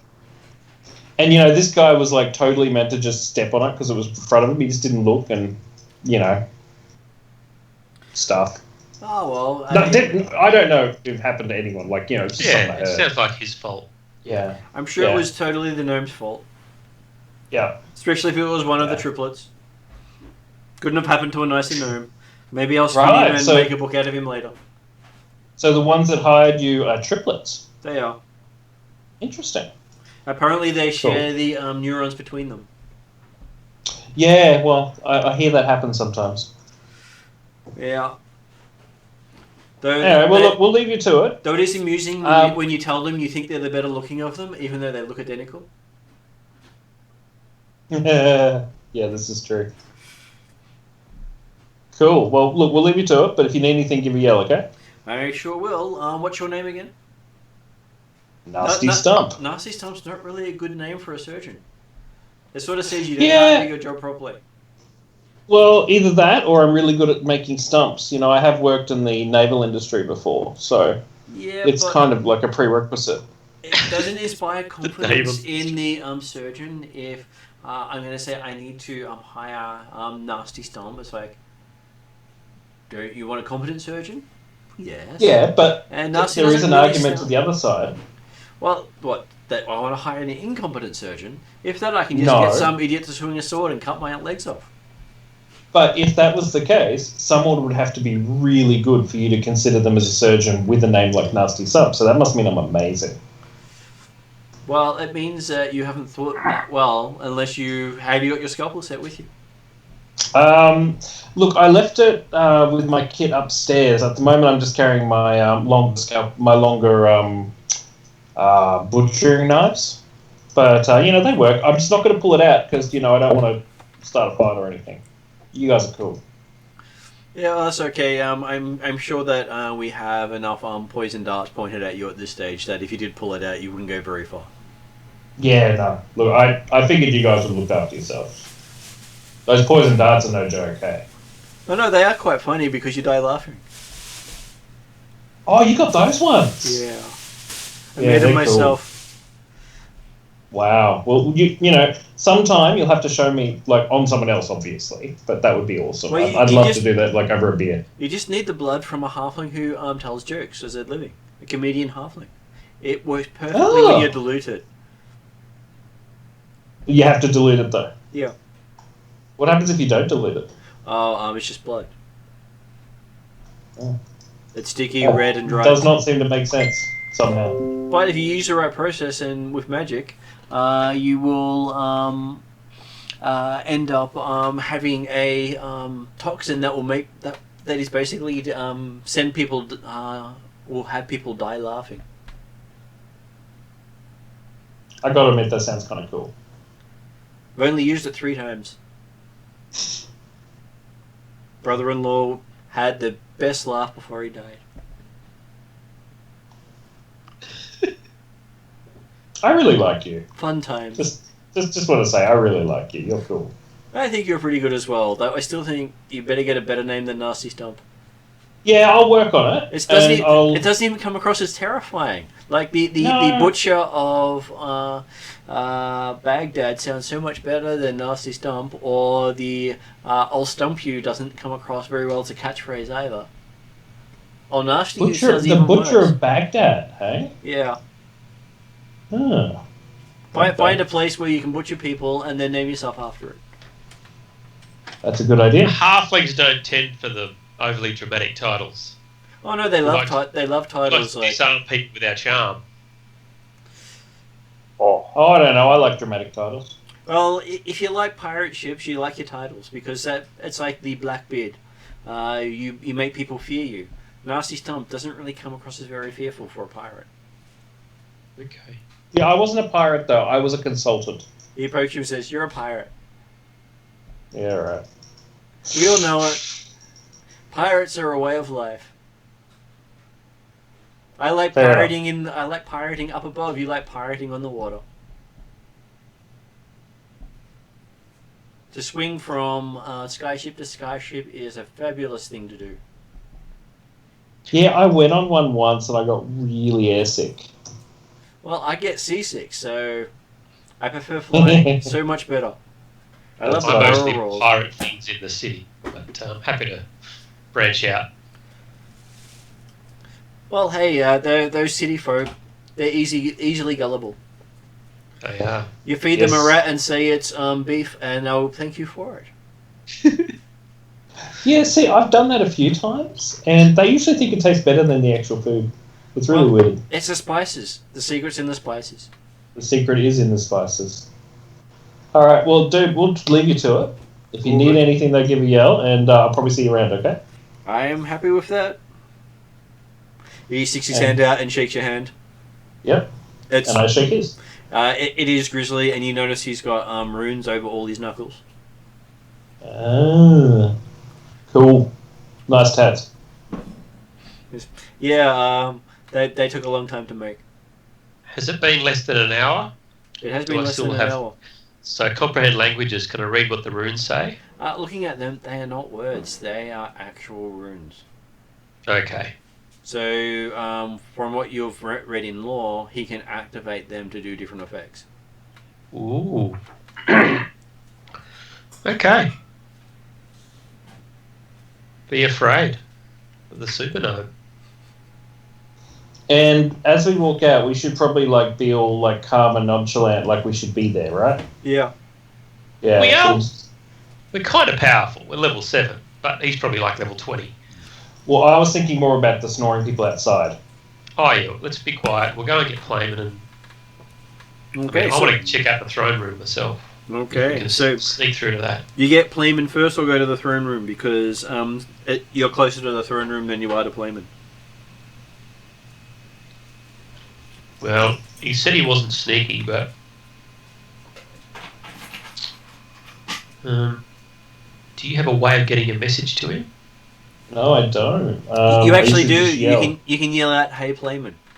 Yeah, I was just gonna say I don't have a special way to just yell out. Yeah, but we don't want to wake people up. I'm happy to sneak over there and see if he wants to join us in the throne room quietly. Yeah, sure. Let's do that. All right, I'll go do that. Okay, so the three of you sneak down, which means no one has to roll because the snoring is quite loud. And you look in there, and it's a grand hall, 60 feet long, 40 feet wide, with an expanded ceiling reaching 20 feet above. The floor is smooth black slate. 4 sets of 2 pillars lead to an elevated platform at the opposite end of the chamber, all constructed of great blocks of red granite. 2 throne-like chairs are sculpted from granite blocks of white marble. Great draperies in alternating panels of yellow and purple hang on the wall behind the raised platform. Strewn about the hall are numerous bedrolls, blankets, tended by numerous gnomes. Cool. Just act cool. We belong here. Everything's fine. Only 2 of them seem to be asleep, and they're the ones causing all the ruckus. Yeah. The other guys are just hanging out. One of them is currently cooking a what appears to be a kobold's head over a fire. Oh, cool. A couple of things. I'm experimenting with that shelf hanging there. If it falls, I'm really sorry, but I just want to see if it hangs above the bins. Okay. Have you had dinner? I had something early, but I could do with some more food. Something to eat? And where's the phone? He had to go. Oh, he left. Oh, is he okay? He will be. Okay, Okay. alright. I know you're explaining, but that sounded a little bit like a threat, Martin. He will be. He will be. It's okay. They had an NPC in last night's game that they thought was benign until they asked him to do something. Then they regretted it. So okay, we've been walking around with this guy for this amount of time. Yep. So Drazzle actually got to terrify them again last session, Martin. Drazzle. Yep. He's the best. Well, they asked him to deal with 6 other Dragonborn. So he walked up and grabbed one by the throat and dragged him away. And told the others to follow, and then tossed him in the back of his car and said, "Done." Yeah, cleric. He is a cleric. Yeah. Just that they'd never seen him deal with things. And when they tried to ask him to temper it, he said, "Look, dragon business." And then he dragged off the Dragonborn. Dragon business. Yeah. So I was like, but I'm not going to ask him anymore. So they let that one go. So yes, you're looking here, you can see that there is a gnome currently roasting a kobold head over the fire. They seem to be having a few of them getting patched up with what appears to be a silvery sort of bandages. And they seem to have a couple of bags around with various runes written on top of them, which Martin can read with your writing. Says Exhibit A, Exhibit B, Exhibit C. Right.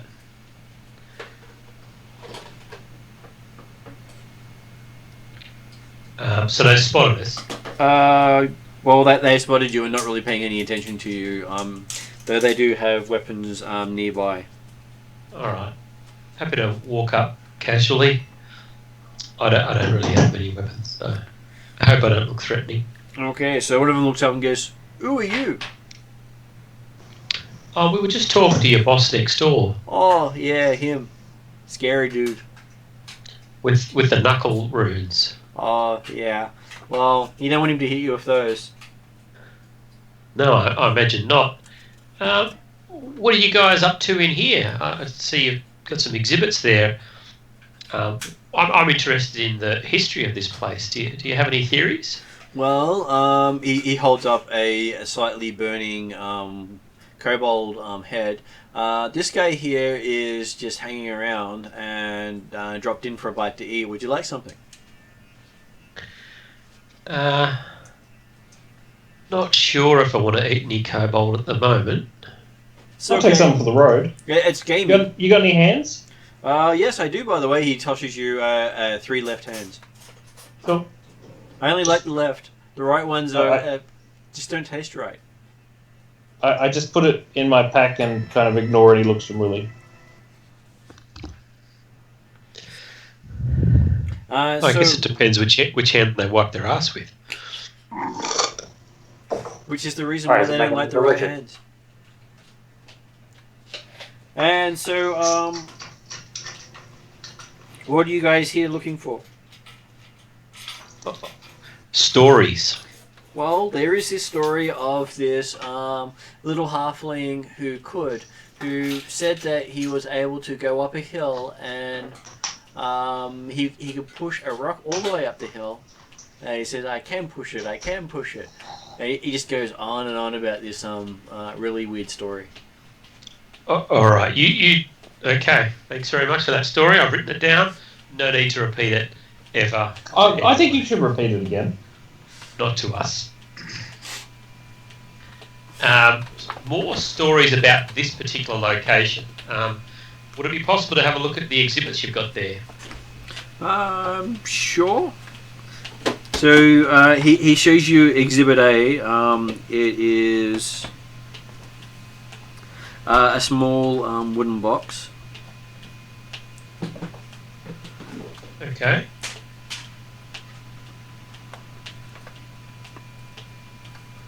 Can we open it?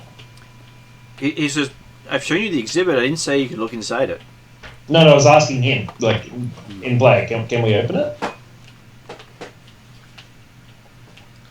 He says, no, not unless you get the boss to approve it. We're not allowed to open it. Just nosy. All right. What's in Exhibit B?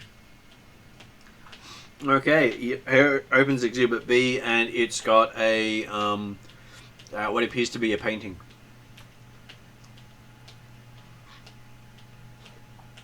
It's of a woman in a dress standing next to a dashing fighter. You can recognize the fighter from the murals you were looking at earlier. And you recognize the dress from the skeleton at the tomb.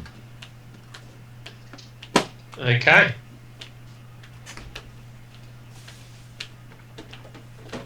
Well, the other characters Does it have a name on for her? Does not have a name on there for her. I'll ask the guy. Do you have any theories about who this might be? Could be a daughter, a lover, a chambermaid. Okay. It's Amongst human. They have your these crew, weird ideas. are there any historians? Well, the main historian's cataloguing everything at the moment, and then you've got the looters. Sponsors running around trying to find other bits of information. Roger. You're not a fan of them either? Well, they paid up front. Who pays up front? I know, right? Yeah. And the only reason we're still doing the job is, old Knucklehead over there doing the research would brain us if we didn't. Fair enough. What about Exhibit C? What was that Exhibit C? It's full of glass vials with strange things inside them. I haven't seen them before, but I imagine the rest of the party has. They all seem to have little scenes, so they very much look like snow globes. Oh, lovely. Okay. Don't know why he got these. They just look crazy. All right. Anything else in the room look interesting? The tapestries behind the throne all look interesting and livid in colour, even though they're probably dulled with age.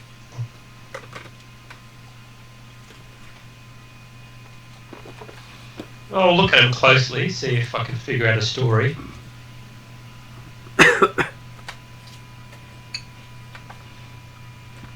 And as you're looking there, you find a secret door. Nice. Right. Do the other guys see that we opened the secret door? No, So we can slip in without them noticing? you can. The three of you can slip in. I'd like to do so. Okay, so the curtain walls of this room are immediately noticeable as different from all others in the stronghold. Not only due to their layout, but also because of their covering. The walls are covered with vertical stripes of rough, finished fir wood, and these narrow planks run in single pieces from floor to ceiling. The construction is not remarkable, nor is it fancy in any respect, but the result is surprisingly pleasing to the eye. Each corner of the room displays an ornate tapestry. Along the east wall is a bed of maple wood with a feather mattress. The baseboard has the engraved letter R on it, but the bed is otherwise devoid of detail. A freestanding cabinet of wood matches the bed and is alongside it. Can we check the cabinet? Okay, you check the cabinet. You find that they have cloaks, a vest, buckskin shirt, a metal corselet, and a pair of nice boots. Yeah, can we pocket? I'm sure you can stick all that in your pocket if you wish. Can we put it in my bag? Because it might be useful as like a disguise later. All suited for a medium-sized person, which you could probably adapt. Okay, cool. Well, Put all that in the bag. And Willie, do you want to look at the rest? Yeah, do a proper investigation. 12. Okay. So, having a broader look around, you do find under the bed is a longsword with a strange basket guard shape, like 4 claws extended towards the blade. Sounds kind of cool. I'll pull it out, see if it... Okay, Dimitri says that looks like it would have fit in that lock we picked. Oh. You had a lock you picked earlier to get into Rogan's tomb. That's right. I remember that. This was the key for it. Right. Yeah. So we skipped the key. So, and having a look around, you see that the wall hangings here, one of them is a dragon being slain by a group of warriors, with one standing prominently at the front of the group, thrusting the killing sword in the dragon's neck. Ah. So this is the sword. The second one is a great battle in a mountain pass with a small band of fighters led by a great wizard and a single hero putting an entire army to flight. The next one is a warrior and a maiden on horseback against a backdrop of mountains holding hands with joyful expressions. And the last one is a depiction of a hero and a wizard joining in a firm hand clasp on a deserted hilltop with only a sunset in the background. Right. Well, I'll copy down the pictures. The dragon thing in particular. I mean, given that there's a whole lot of dragon shit happening, that might give us a clue of why this keep has turned up, or whatever it is. Good idea. Well, I mentioned that I like you. there are not Clever. many people in I history. mean, it's good to have someone on the same level as me. So, while dragon slaying is considered a thing to aspire to, very few dragon slayers have ever existed that have been provable. Right. Which sword is the Dragon Slayer holding? Not the one that you've got. Right. Is it the scimitar that we saw earlier? No. The scimitar you saw earlier looked like it was suited to the skeleton. You believe it was the barbarian's, weapon, yeah. barbarian's weapon. He kept it as a trophy.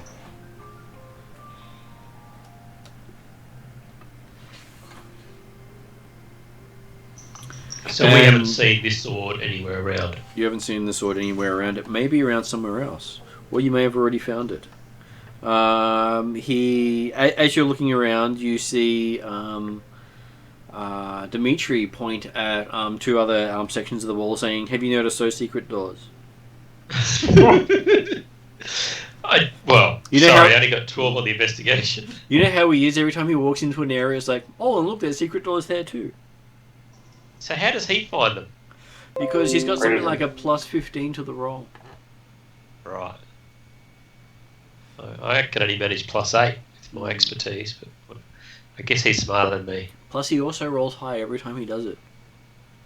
Right. But when he attacks, not quite the same. Okay. So, you have, looking through one of them, it seems to be a passageway back to the start. And looking through the other, it seems to go behind the throne room. Behind the throne room sounds interesting. Okay. So you follow the area behind the throne room? I'll follow as well. I mean, we can put Dimitri at the front as our trap detector. That's not very nice. No, I'll go ahead as the trap detector. Okay. I'm good with traps. Give me an You got investigate roll. some spare hands. 16 plus my 2, I think. 16 plus your 2? Yep, so 18. Okay, so you're looking around. You don't see anything out of place, but you do find the lever to open a secret door. Oh, okay. Can we pull the lever? And you find yourself into a room that is more tastefully decorated than the Spartan area you're in before. Poor Jeremy. Yeah, I just saw. Yeah. We just got the notification that he's still trapped in his meeting. Our soccer club meetings have been a lot shorter since we're not playing soccer. How shall we discuss how the last match went? Well, we did that 3 meetings ago. Okay, so in there it appears to have been personal chambers of the mistress, the woman depicted in all the pictures, and the body you found. Has a large walnut bed against the wall, a rather ornately carved. The bed has a large canopy and embroidered green cloth with a striking reddish trim. Also very dusty. Next to the bed is a small nightstand with a single drawer. Beside it against the wall is a chest of drawers composed of reddish wood. A full-length mirror and a wooden frame rest in the centre of the north wall. On the east wall is a small tapestry. Engraved on the headboard is the name Melissa. Is Melissa that ghost? Melissa was the name of the ghost. Great.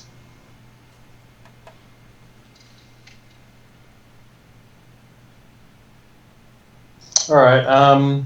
Is there anything else in the room? Okay, having a look around. So there is the bed, there is the drawers, there is the washroom, there is an actual door leaving out the other side of the room, and the tapestry. What do you want to look at? Can I look behind the tapestry if there's anything?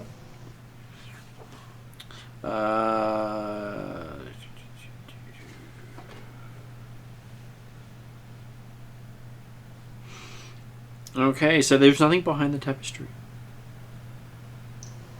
Perhaps we should. But the tapestry is about 3 feet by 4 feet, hanging on the wall. It depicts a handsome and robust warrior carrying off a beautiful maiden in a rescue scene set in a burning village, with a horde of ominous-looking enemies viewing from afar. Embroidered in gold cloth at the top of the scene are the words Melissa, the most dearly won and greatest of all my treasures. The tapestry is set within a wooden frame and is firmly anchored to the wall. So it's very hard to look behind it. Right, so does that mean that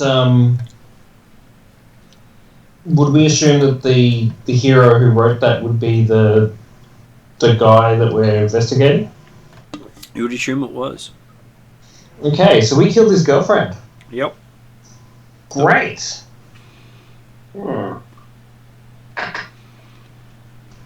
That's not awesome, if I had to be honest. And you've been able to figure out so far that this guy has been depicted in more than one legend given to many people. It's the equivalent of saying how religious icons have been adapted by many religions down the line. Saying, he was my religion. So, what's his name? Rogan. And so Rogan's like a figure that pops up all over the place. He is a figure of legend that a lot of people have claimed were their ancestor. My ancestor was Willem Willis. So a lot of people claim ancestry from him, and from what you can tell, most of the region here are technically his descendants.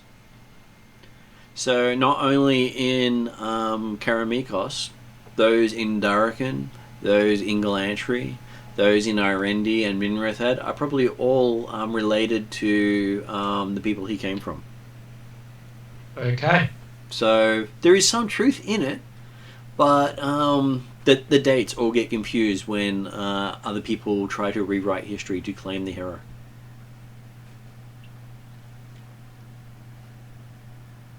Right. Okay. Is there anything else of value for us to write down or to note, or would we believe that this is it for this room? Okay. In the northwest corner of the room is the attractive wash basin, which is sculpted from the same rock which forms the wall of the room. Yeah, can we look at that? That sounds pretty. A hole in the bottom of the basin is stocked with a rotting cork. Huh. And there's no running water in it, though. But it looks like it would hold water if you put it in there. So having a wash basin in a bedroom is quite unique. Doesn't normally. Do you reckon there's something special about this? So someone made it for someone who likes to wash? Yeah, fair enough. Which seems odd for Tenacity. Yeah, washing is kind of not 100% necessary. Optional. Okay, Yeah. so next to the secret door that you came through is a large full-length wall mirror in a wooden frame. The crown of the frame is carved into an attractive curving design, and there is an inscription hewn in the finished wood, which most of you can't read, but Willie sees it say, "To the fairest of all in my eyes." The fairest of all in my eyes. Yep. Ah, it's in my eyes.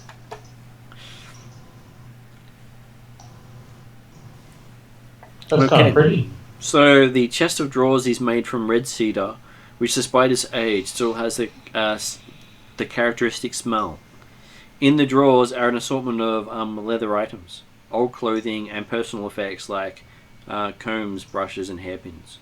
One comb is a silver-plated item and looks like it could still be of worth. It is of a strange design. On top of the chest is a tortoise-shell dish, which is empty except for a single gold coin lying in it. And this rests upon a frilly lace cloth with two small capped bottles half full of perfume. You don't recognize the minting of the coin.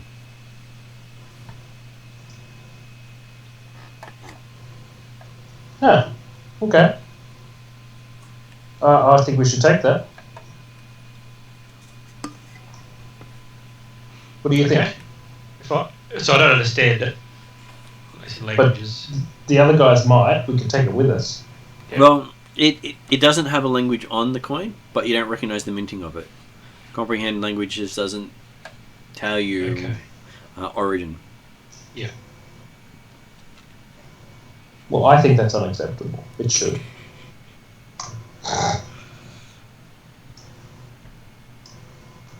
Okay, so you continue looking through, following the map that you're given. Yep. Okay, so you wander through and you find a storage room, which was listed as storage room. You realize Cool. you're in what was listed as the mistress's chamber.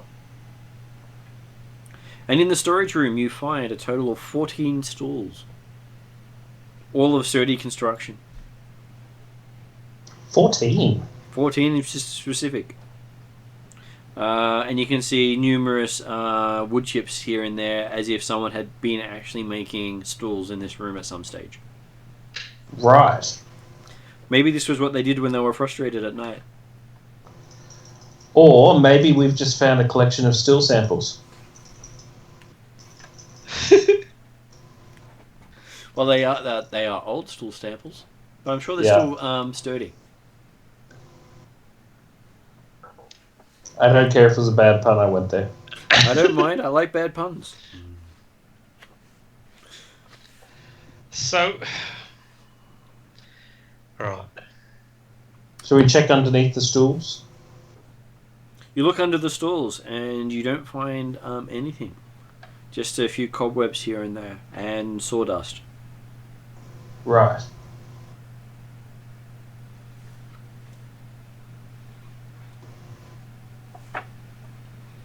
There aren't even footprints showing people, there are lots of footprints showing that gnomes have been through here thoroughly.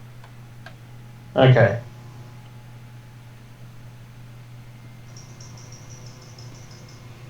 Next room on the list that they have there for you is, once I get to the right room, it's listed as Captain's Chambers. Ooh, dear. Do you wish to Sounds go good. to the Captain's Chambers? Yes. I do. I think we should.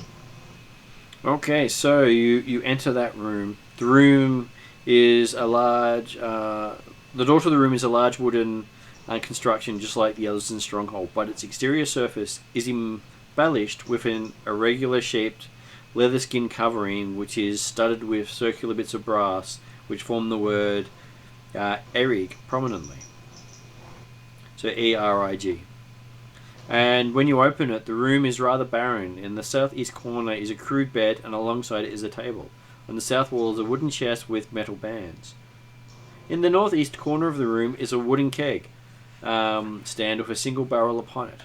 On the walls at the western extremity of the room are numerous pegs and brackets, apparently for holding arms and armour. On top of the table is a small stoneware crock set and a large earthenware tankard and a small hand mirror.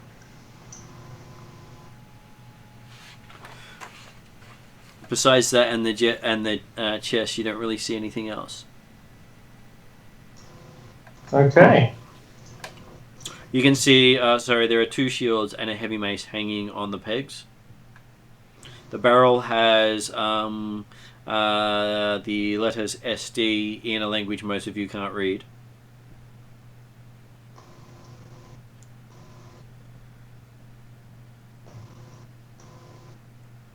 And did anyone want to open the keg or the chest? I would like to open the chest. I'd like to I'm watch going to while he continue opens waiting the for my chest. friend. Yeah, when should we go back? Where's Playman? Let's get Playman. Oh, sorry, I didn't know he'd fall behind. No, you left me behind because I couldn't sneak. No, we brought him. They did bring you in. They brought you into the wizard's chamber. Then they brought you into the mistress's chamber. Sorry, Oh. about 5 rooms ago we got you back. Yeah, we Sorry. got you back.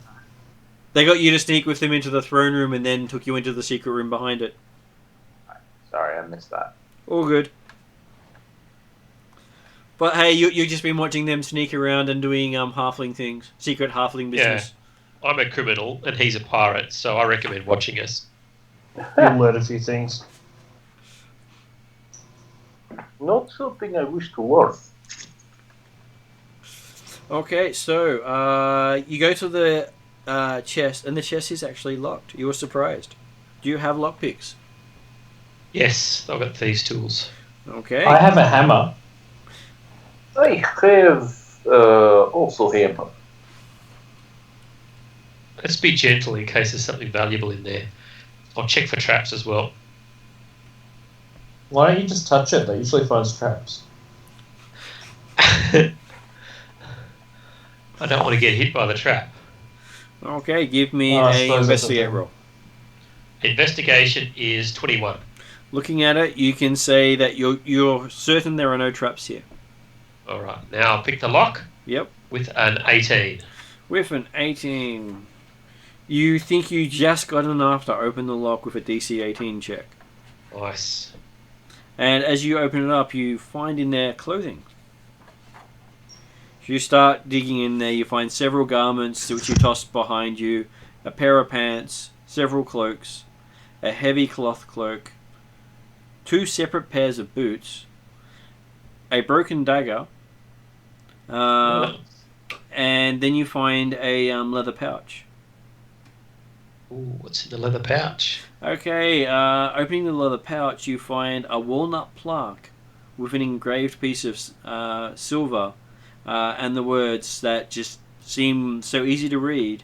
To Erig, great and trusted fighter by my side, and captain of the guard of Quasqueston. Against all foes we shall prevail. and it is inside with an embellished R. Right. This is his stuff.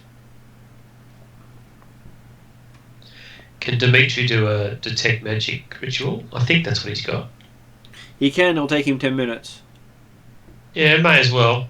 Some fancy cloaks here, and if this is all gear of the main guy, something might be magical. He spends 10 minutes and goes, no, nothing new you've picked up is magical. Not here. Right. Well, keep the walnut thing, whatever it is.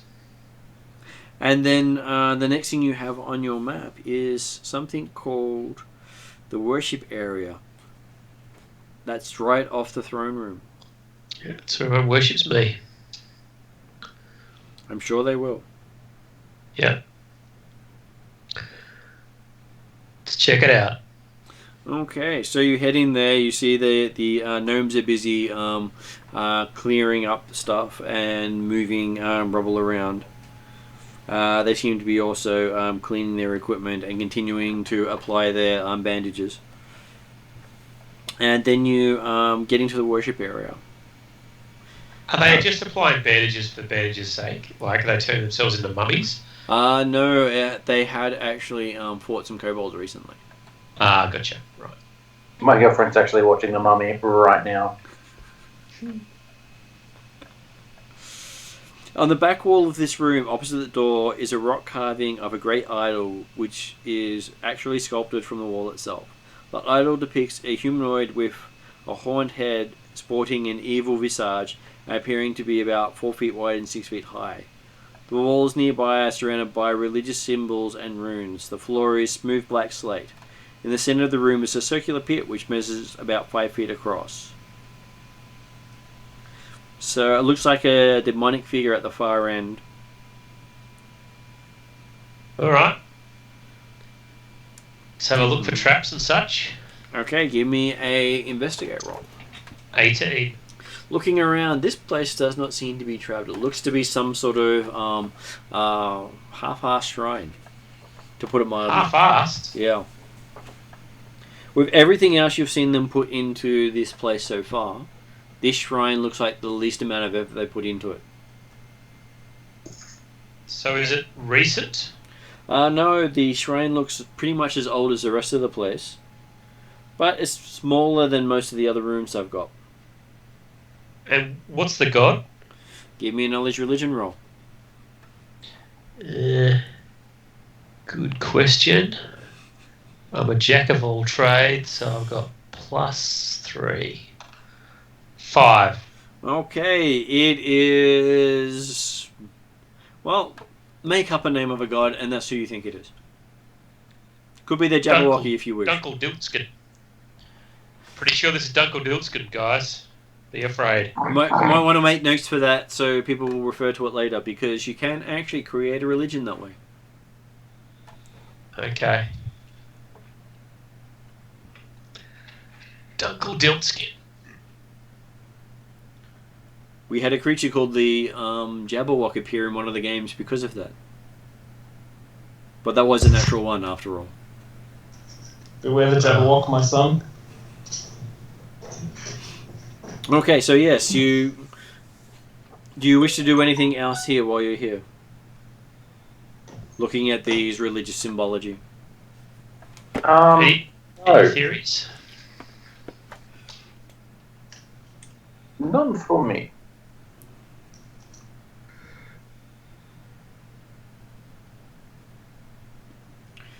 Okay, nothing extra from other people trying to get me, which is good. Just making sure I'm not missing Jeremy trying to send me more stuff. Poor Jeremy. Okay, so you decide to leave the religious symbology alone for a change, and I'm wondering what happened to the rest of the group. I haven't cursed someone for messing with a god in such a long time. I'm pretty sure it was like a month and a half ago, dude. Do you remember Meet the Skulls? It was actually long time meant last week. Oh, okay. I was just gonna be like, do you remember when I dug up all those skulls in Pathfinder? Yeah. Yeah. That wasn't clever. It was Wednesday last week that it was a whole week away that Mark managed to curse himself with a god. Hmm? But then again, he did roll a natural one in a secret roll to follow the religious scriptings of the goddess of death. Only Mark. Only Mark. And it's the first time I'd done a secret roll for players as well, so hadn't done that before. Okay, so now you've covered everywhere where people have been, but you have a couple of doors no one's been to yet, and they haven't. The gnomes have not investigated them. Should we go look?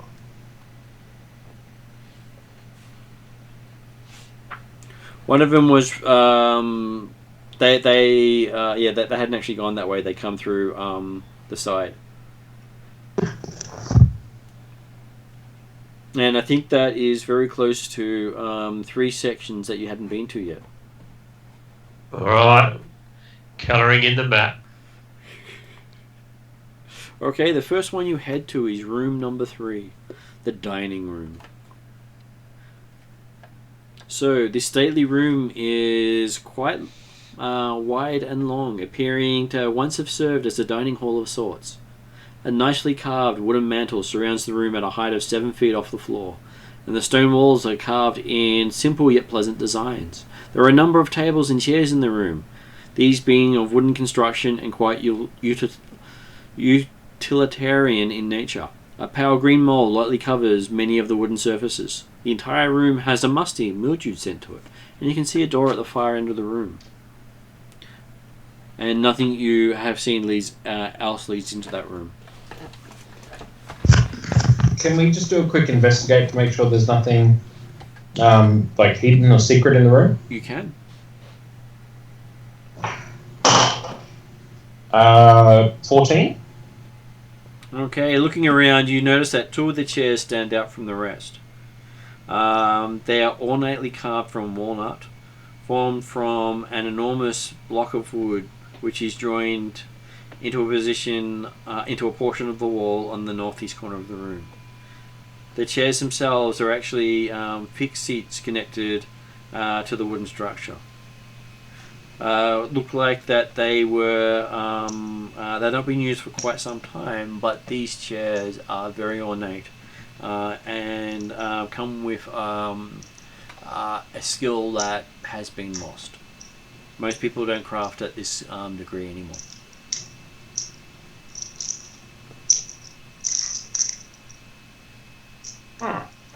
Can we, like, is there something inside the chair? Is there a note underneath? Or is there like a rope attached or something? The chairs themselves are ornately carved, so they are they are both works of art and look like they would be impossible to move. But they would be for Rogar and Zelagar when they entertain people. Yeah, that makes sense. And Can I sit in one? you can sit in one and sit in the mold as much as you like. I do so. Okay, you fill the mold, slip in between your clothing. It has this cold, clammy sort of feel. Sort of like that dead fish you're carrying around with you. Yep. I stand up and feel very comfortable. And you have this greeny sort of look to the back of you. Would not be the first time. So you have this nice pale green colouring as you've been stained by the mould. And the seat now has this stump mark where you've been sitting down.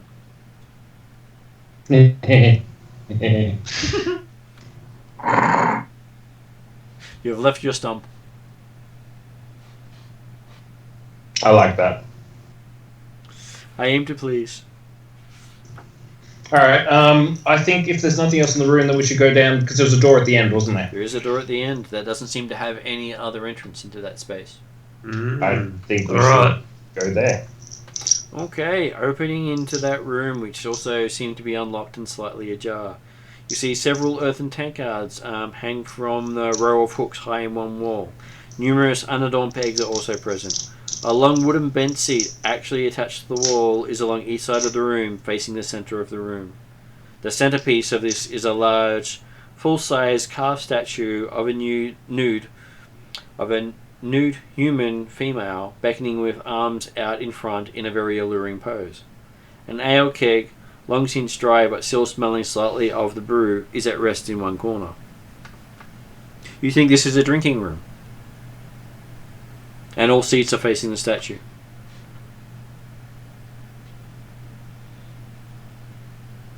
Is there any drink?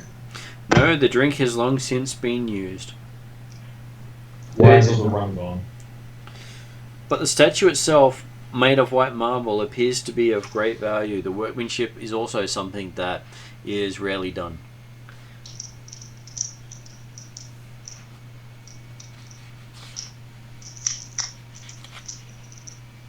There is no booze left here. I don't like it. No booze left there. This place is not good. Okay, so you head into the second last area you haven't been yet, which appears to be the wizard's chambers. Ooh. Positioned in the center of this long hall is a rather large plain table and 3 chairs. A detailed stone carving adorns most of the length of the north wall of the room, some 90 feet in overall length. The wall carving depicts a mighty wizard on a hilltop casting a spell in the air over the valley below, with an entire army fleeing in confusion and panic. The east and west walls are devoid of detail, although there are several small pegs on each, apparently for hanging garments. In the southeast corner of the room is an ornate wooden bed. And you can see at the bed, trying to pry open a nightstand, is a gnome. So first of all, It looks does everyone familiar. notice? Oh, is he one of the triplets? Yep. You've killed both of his brothers already. Oh. I'm gonna act like we didn't. Yep. Hey, buddy, how you going? He looks up at you and says, "I'm busy. Go away." I've been trying to find you, actually. Your brother's really unwell. He pulls out a stick and points it at you and says, "If you come any closer, I'll have at you." I'm not trying to hurt you. Like, I'm just saying, we've been looking for you. Your brother is really sick. He's in the library. My He brothers sent us are to all get sick. you. My brothers are all sick. Didn't you know that? That's why we're here. We're looking for a cure. All right. Well, he can't stand anymore. Well, I can't. He's stand really him unwell, either. and he asked me to come get you. Why would he do that? He hates me. Look, I'm just telling you. He told me to come to where the bedchamber was. He said you'd be there, and that to get you to go to him. That does not sound like him. What did he say my name was? As he says that, you see the tip of his stick start to light up. Say my name. Rumpelstiltskin. Okay, as you say Rumpelstiltskin, he shoots out a burst of energy at you. As you see 5 darts fly through the air and smack into the side of your head with a sickening impact. Smells like initiative to me. I don't know if I'll get a chance. 5 darts? Yep. Like magic missile or something. Pretty much. Every time you can actually have these things all appear differently when you use them. Remember, you got those temporary hit points from Rhea. Yeah. If you felt inspired. Uh-huh. Okay. So you take 21 points of bludgeoning damage. Yep. That's fine.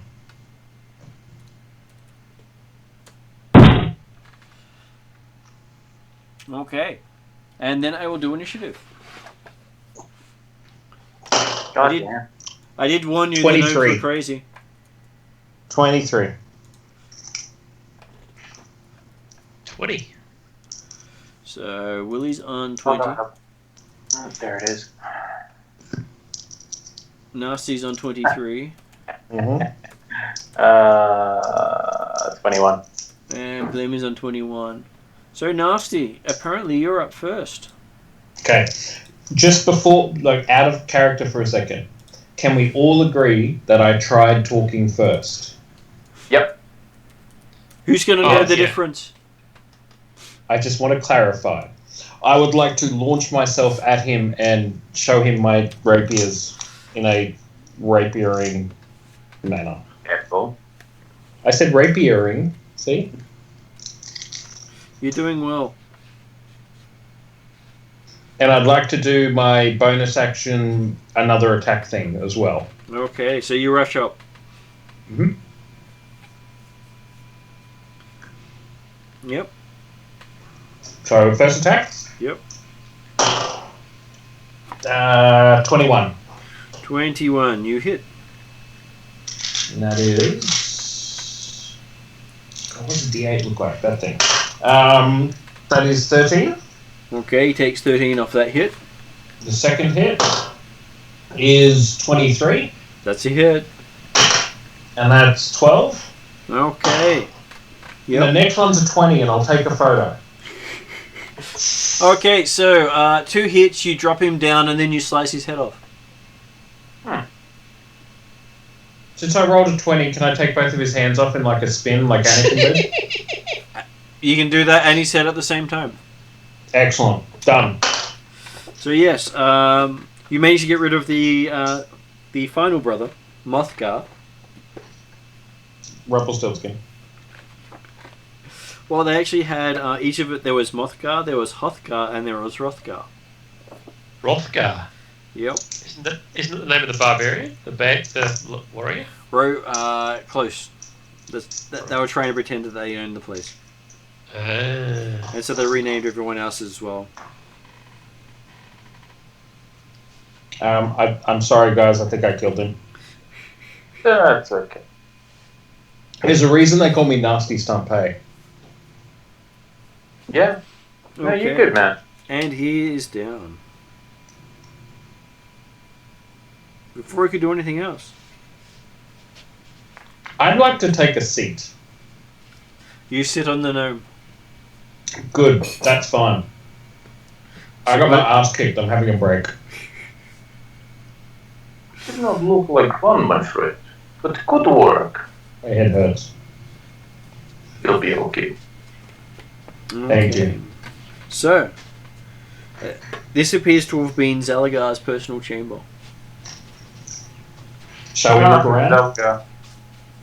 And looking around, on the table is a pewter pitcher and 3 mugs, but nothing in the pitcher.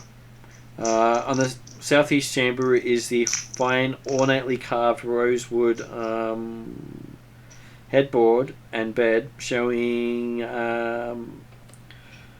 carved designs featuring Zalagar's name highlighted in gold leaf. But too heavy to actually stuff in a bag. The rosewood nightstand has 1 locked drawer with a brass handle. There is currently a pin sticking out of the hole as the gnome was trying to lockpick it.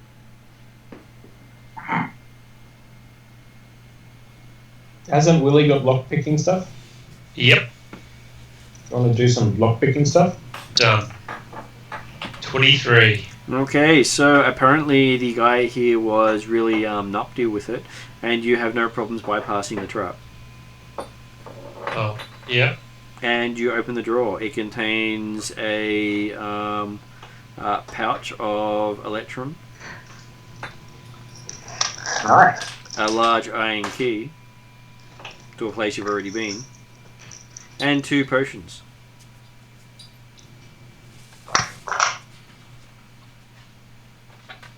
Okay. There is 2 rooms coming off this place that are still part of the wizard's area.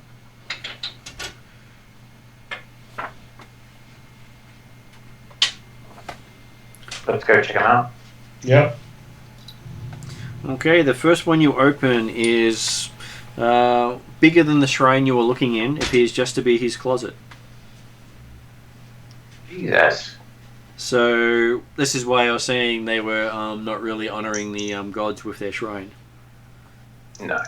And It has an alcove situated at the opposite end of the room. In one corner of the room, several bolts of cloth are stacked, and one wall, several garments are hung, mostly coats and cloaks.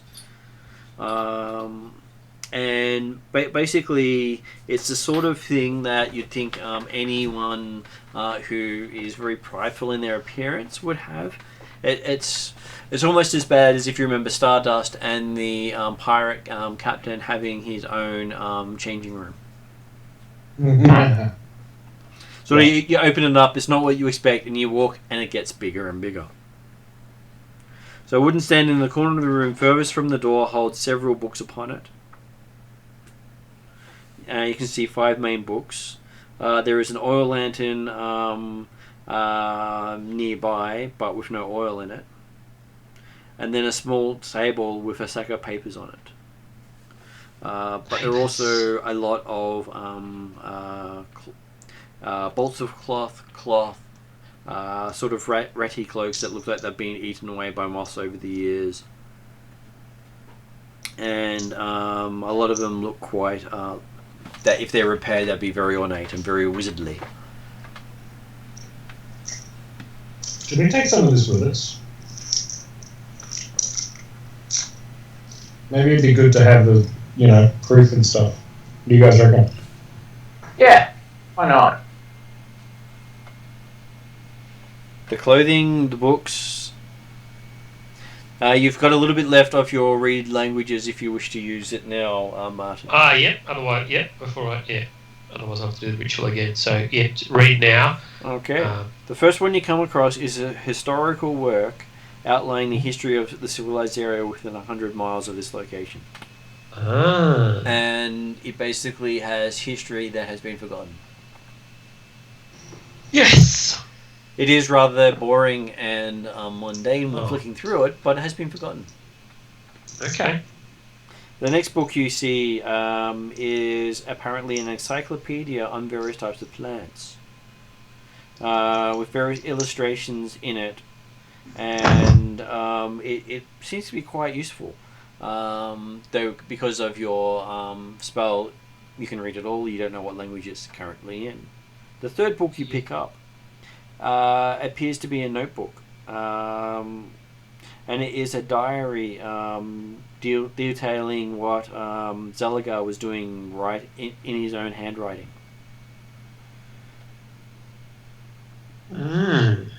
Is he as much of a waker as we thought?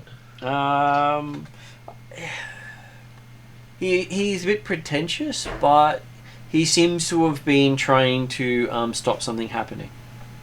Right. But he doesn't refer to it in case whatever he's trying to stop can tell by its name.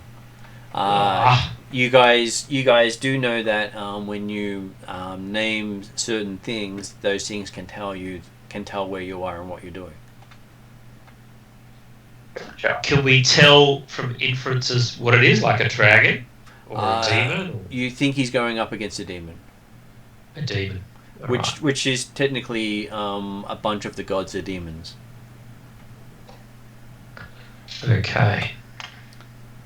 So the next one you come across is discusses the weather. Well illustrated with drawings of meteorological phenomenon, descriptive text is a bit sparse. There are some cryptic notes in here made by Zalagar, and they are basically pointing out how you can use storms to greater effect in combat. Oh, nice. Storms, okay.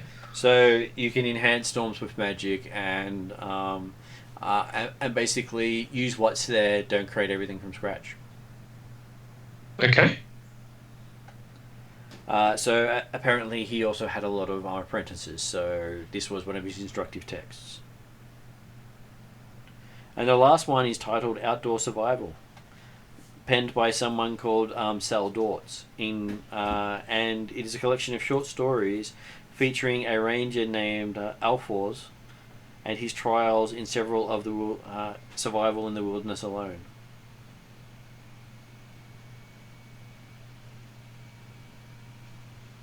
Don't know much about that. Should we bring books with us? And the person it's writing about seems to be a gnome. So it's a gnome survival story. I hate tales of fiction. In the northwest corner of the table is a stack of papers, very dusty, and they have a stone slab paperweight which is monogrammed with the fancy letter Z. They're all written about mundane matters, about inventory of food stuff, financial accounts, notes on construction work of the complex, and a couple of routine messages received by Zalagar. And that's about as remarkable as you find before your spell fades. And it was at least 300 years ago, was their latest date on there. The closest date to your current time frame is about 300 years ago.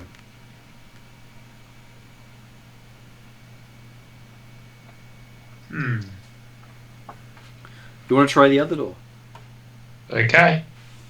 Look for traps, though. Okay, looking for traps. The door reveals a 10-foot passage that extends into the distance. As you light pierces the darkness, you are granted by a magnificent sight.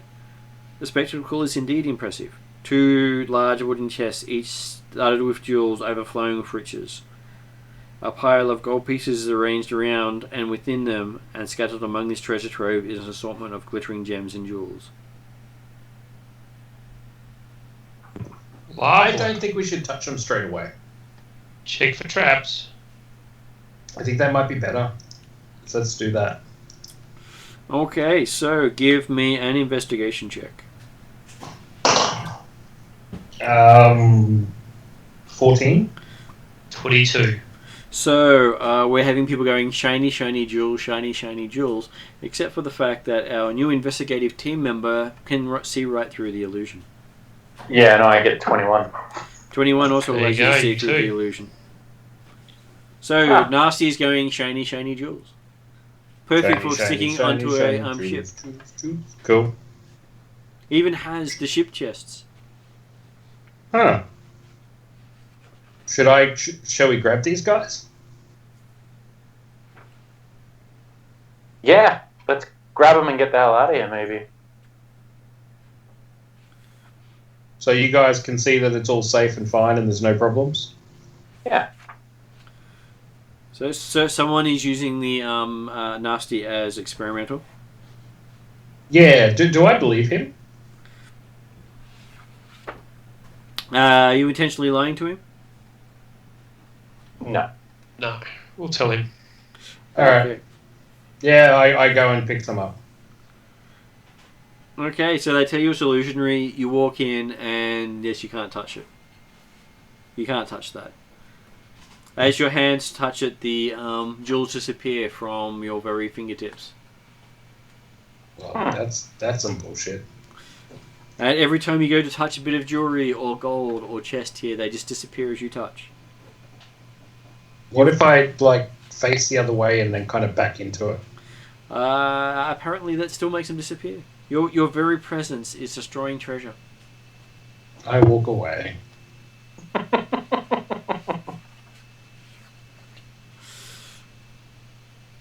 Okay, and you have one last area to investigate before you have Really? seen everything. And I think we should investigate it.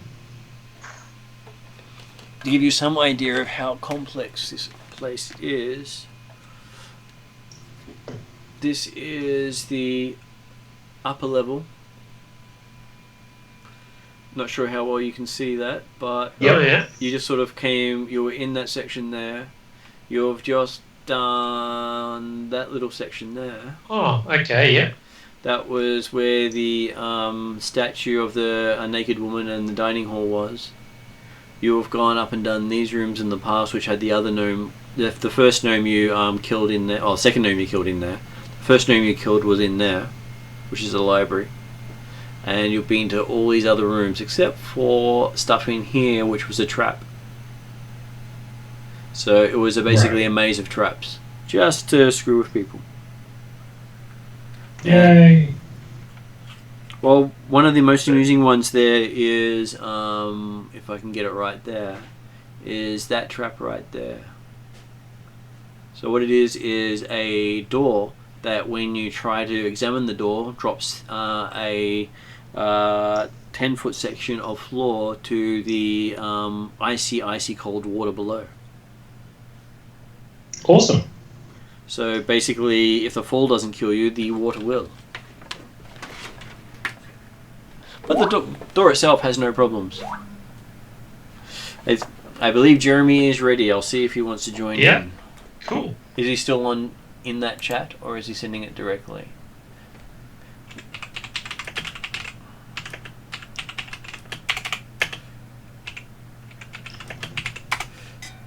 So I just told him he can join back in. Just in time to do the last areas. Are you back, Jeremy? I am indeed. Okay, so what you've just missed is they've had a long conversation with a gnome. Yes, so I didn't miss anything then. And they didn't actually kill him. Well, wait, there's more. And then Well, I'm assuming that, okay, I've only been gone for what, 2 days of game time, therefore you haven't finished the conversation, you haven't finished saying hello with the gnome yet. Actually. We have covered a shitload of territory. they've investigated 3 whole regions you haven't looked at yet.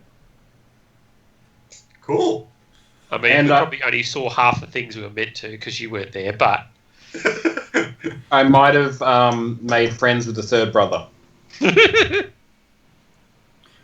What, before or after telling you killed his brothers?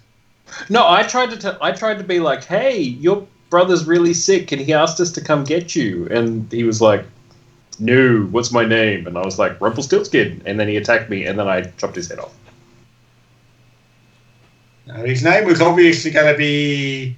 Shit, that's why I said Rumpelstiltskin and chopped his head off, okay?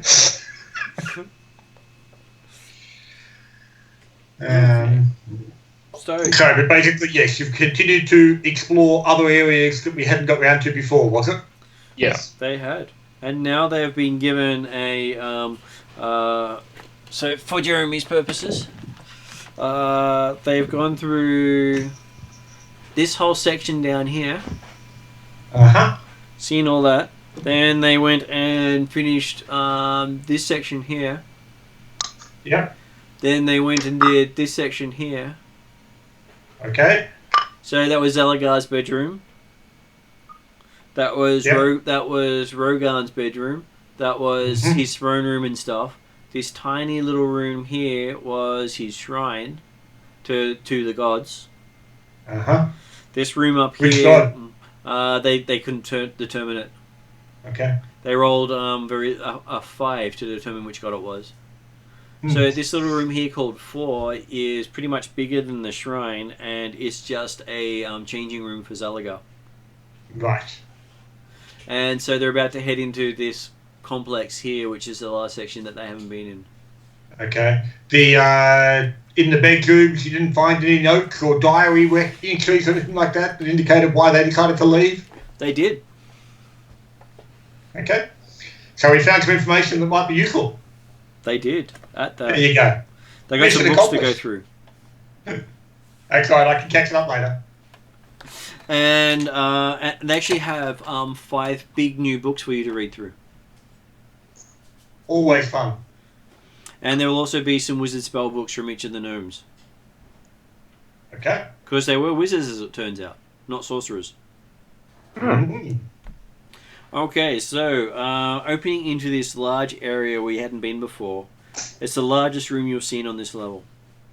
Although the walls are typically rough-hewn stone as the rest of the complex, the floor of this room is covered in ceramic tiles, arranged in mosaic fashion. The majority of the thousands of tiles are golden brown in colour, while patterns of white and black tiles appear in various places to enhance the effect of the very striking design formed. Arrayed throughout the room are 14 different pools, each about 10 feet in diameter, with sides sloping down to the centre. This mystical arrangement is doubly amazing since all the contents of the pools appear to be different.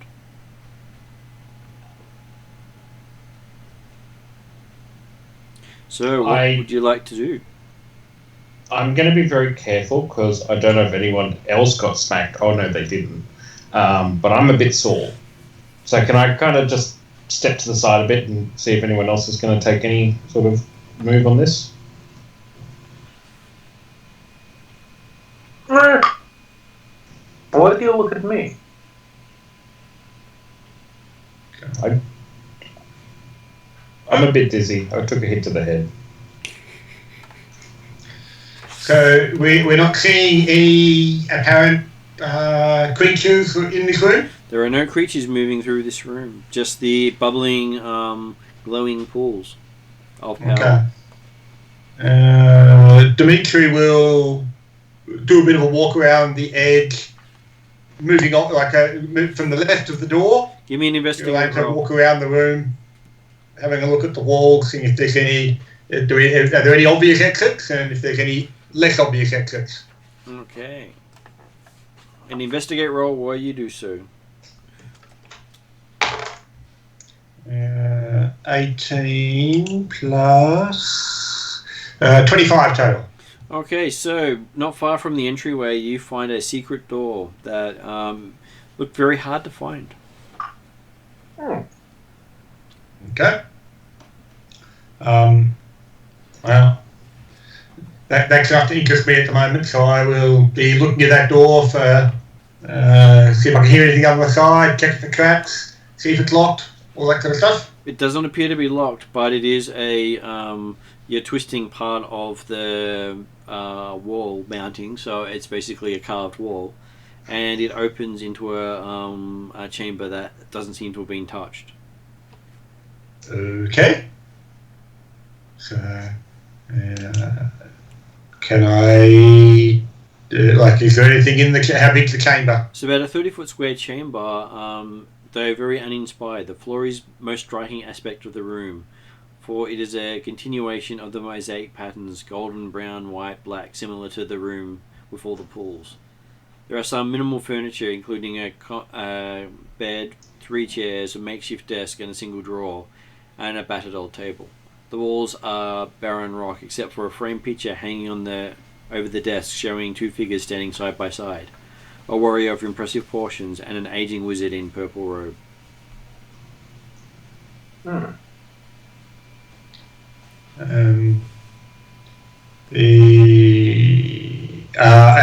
there any exits from this room that's visible? There are no other exits from this room. This is basically what appears to be a private room.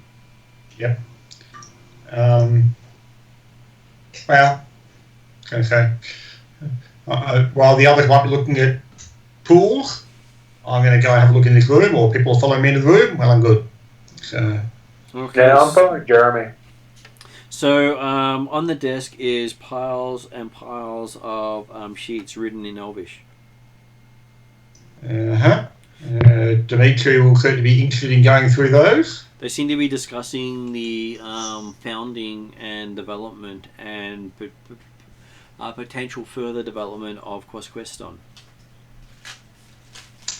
Does it provide dates? It does provide dates. It has about maybe 200 years of events happening.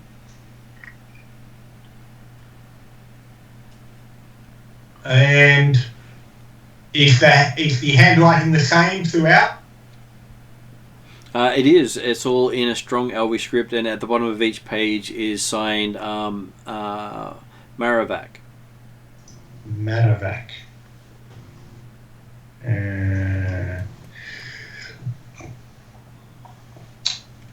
When's the most recent entry?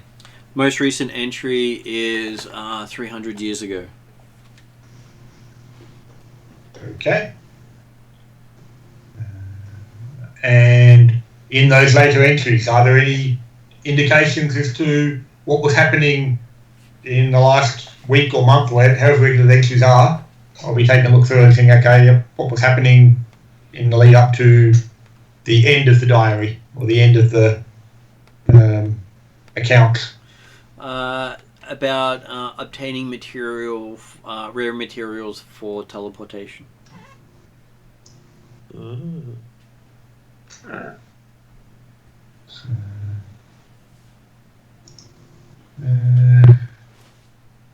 The drawer in the desk is locked, and you haven't been able to pull it open. I haven't looked too carefully yet, so yep. I have thing that can open drawer. No, I'll get it. Don't break things. We did I can alright break without you, you know. I'm sure you might have. And of course, not according to Dimitri, you wouldn't have.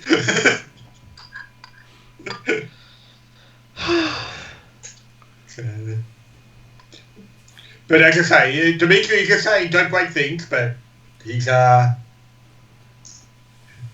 actually stopping people. Yeah, no, Plumman's going to watch you do your expert things. Oh, okay. So, well, just give me a minute as he's leafing through this several hundred pages of book or something. Plumman's judgmental face continues. Okay, so you're going to use a Okay, I will attempt to check the traps on the door. Thieves' Tools check. Yeah, so check the traps, 24. It's trapped. It's trapped. Okay, I will attempt to disable the trap. Do I know what kind of trap it is? A gas trap. A gas trap. So, okay. So if you Now, break the door, if you break it mention- open, you would basically set off the trap. Okay. I will mention to everyone else in the room that okay, this door is indeed trapped. I'm glad that you didn't try and break it. If anything goes wrong, there'll be a significant amount of gas released into the room. I would recommend stepping outside and closing the door. I will do this. You do that. Jeremy, you're up. Anyone else? Does anyone stay in the room? Yep.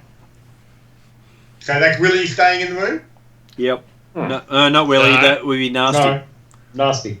Nasty. Oh, sorry, yep. So, All okay. halflings look alike to you. Well, that was more the idea. I couldn't actually picture who it was that had actually spoken. I thought, hang on, what was there? And then remembered, hang on, I didn't actually get to get much of an introduction on Willie, so I was thinking, hey, what was he doing there? So nasty. Okay. Be prepared to hold your breath. I do so. I got a 7, which makes where am I? 16 on the disabled device. We do have 4 rerolls if you want to use one.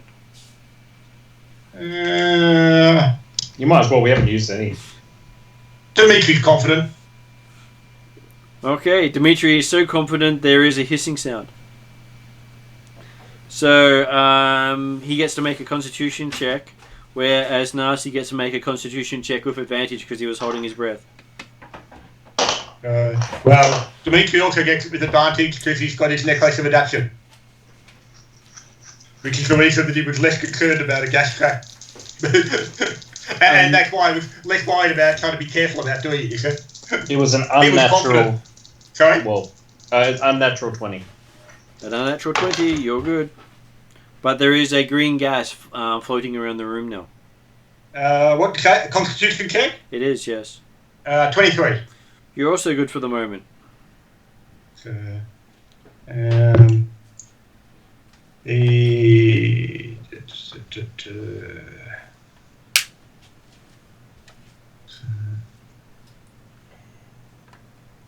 is there anything in the drawer?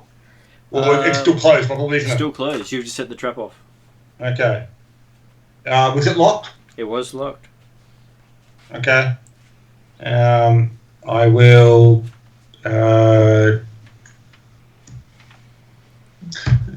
continue to unlock the trap. Unlock the drawer then. Okay. So, you'd give me a thievery roll. 13, 22. Okay, you hear it click open. Now you get to make a Constitution saving throw, as does Nasty for staying in the room with the gas.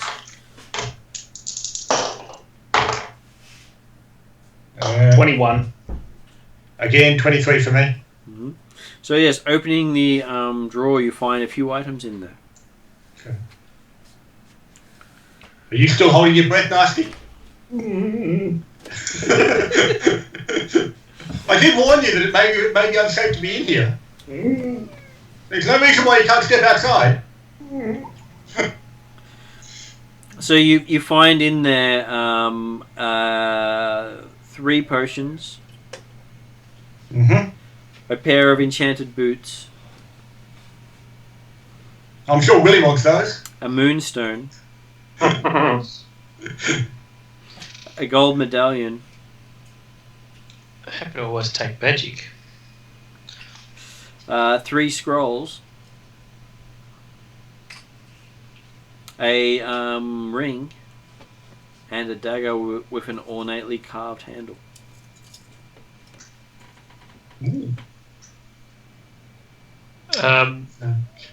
We found 2 potions earlier, so can join that in with the if there's any identification going on. Mm-hmm. So,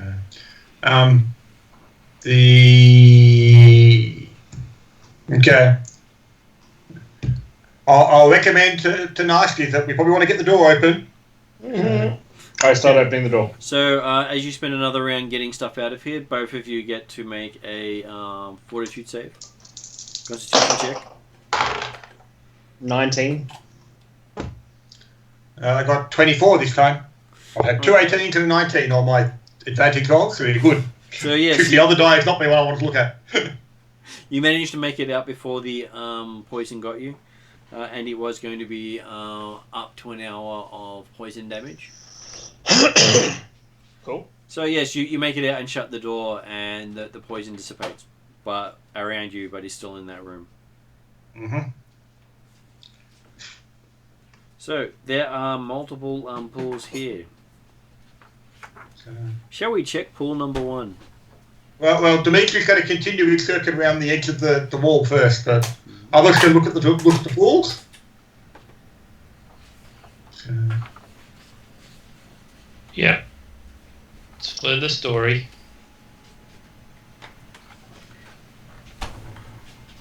I have some pittons and a staff. So Okay. can I use them to like poke in the water? You can. The first pool you come across contains a strange pinkish liquid.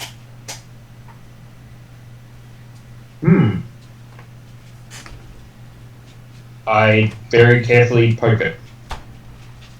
You get this strange pinkish liquid on the end of your stick. Does it look like it's melting the stick or injuring it in any sort of way? It is dyeing it pink. the stick's green. I'm okay with pink.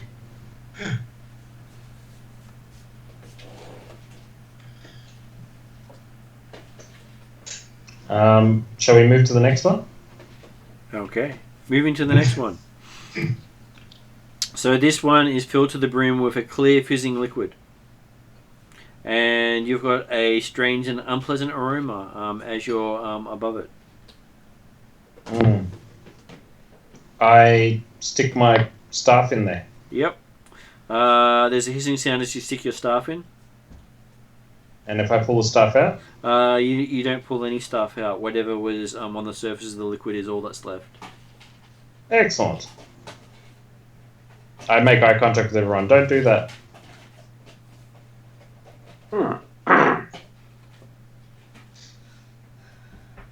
So you've now got a 316 staff? Yep. You move on to the third pool. Yep. I think I might have to use a pitten though. This pool is filled with a murky grey syrup. I think it might be a creature. You poke it with a pin. I poke it with a pin. You poke it with a pin. You now have grey syrup on the end of murky grey syrup on the end of your pin. That's it. Can I do some sort Must of... be a baby creature on the bitten. Yeah, can I do like some sort of insight-y, investigation-y... You can. Give me an insight roll. action- Insight roll? Ooh, 21. Okay, it doesn't look like it's living in any sort of way. It just looks like slop. And yet you let me touch it.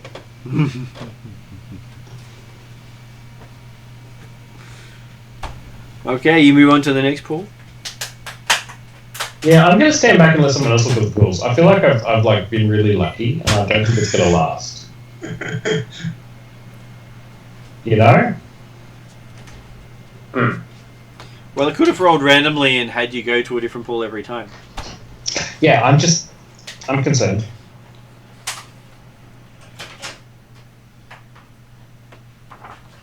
So, who wants to go to the next pool? I can check it out. Okay, so do you have nature? Effectively, because I'm a bard, I've got everything. Cool, give me a nature roll.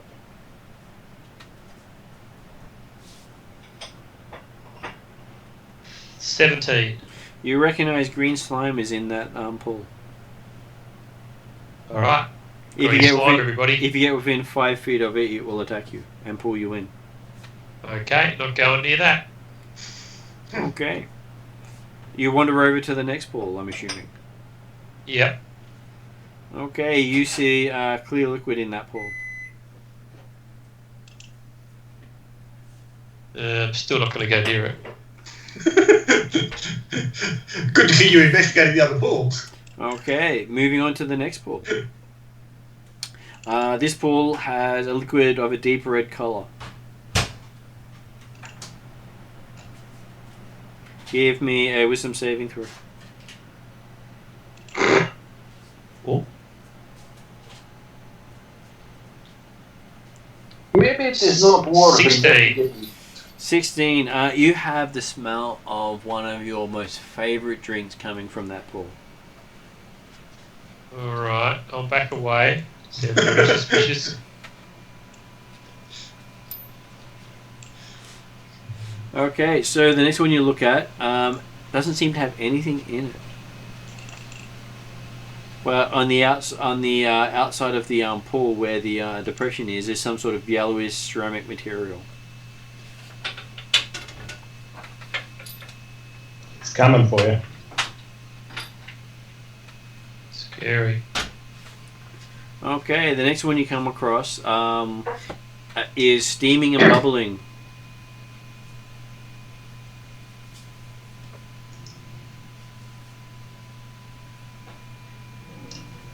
And seems to have a crusty white edges to it.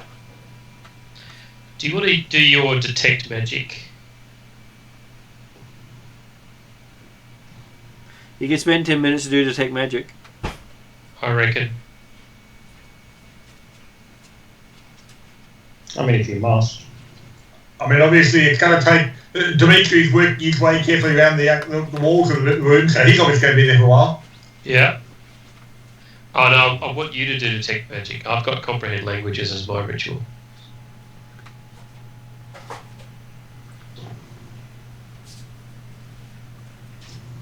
So who's going to do the detect magic? So, are you interrupting Dimitri as he's looking around the wall? I'm happy to wait for him to finish doing his thing. Dimitri has a good look around and doesn't find any other entrance or exits in the outer wall. Okay. So there was no obvious exit from this room other than what we came in. Is that right? That is correct. Okay. And how many pools were there?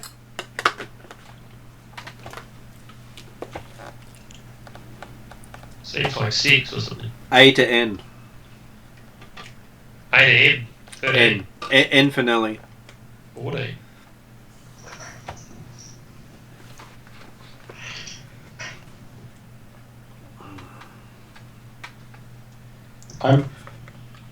My dude's a little scared. That's a lot of rolls.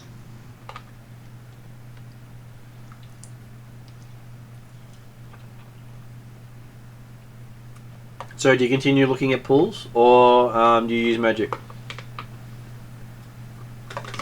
I think we should, if he's willing to, use magic.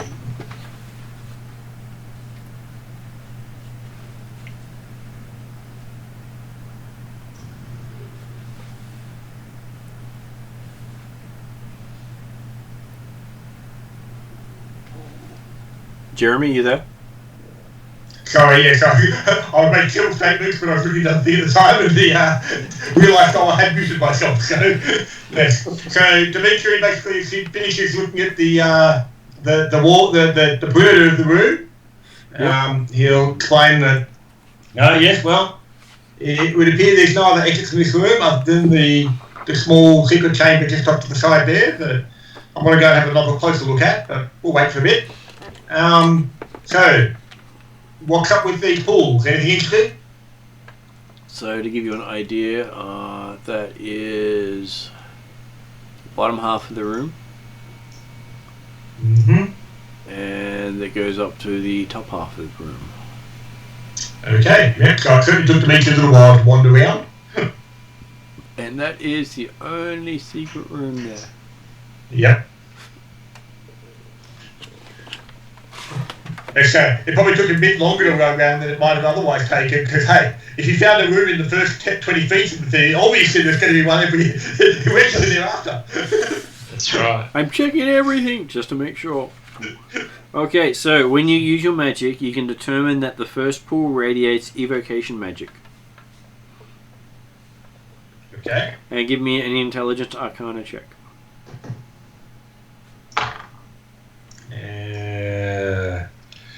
Trust me, he knows all with his 7. 14. 14. There's no significance to that. Unless you want to use a reroll. Reroll. Okay.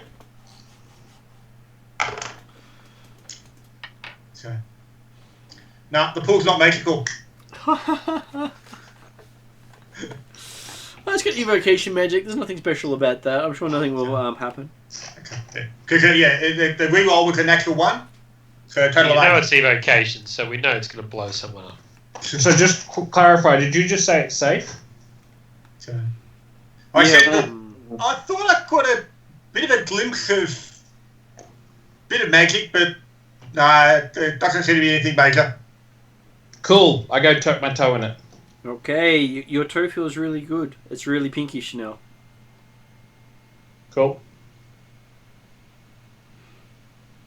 You also smell clean for the first time in ages. Jesus.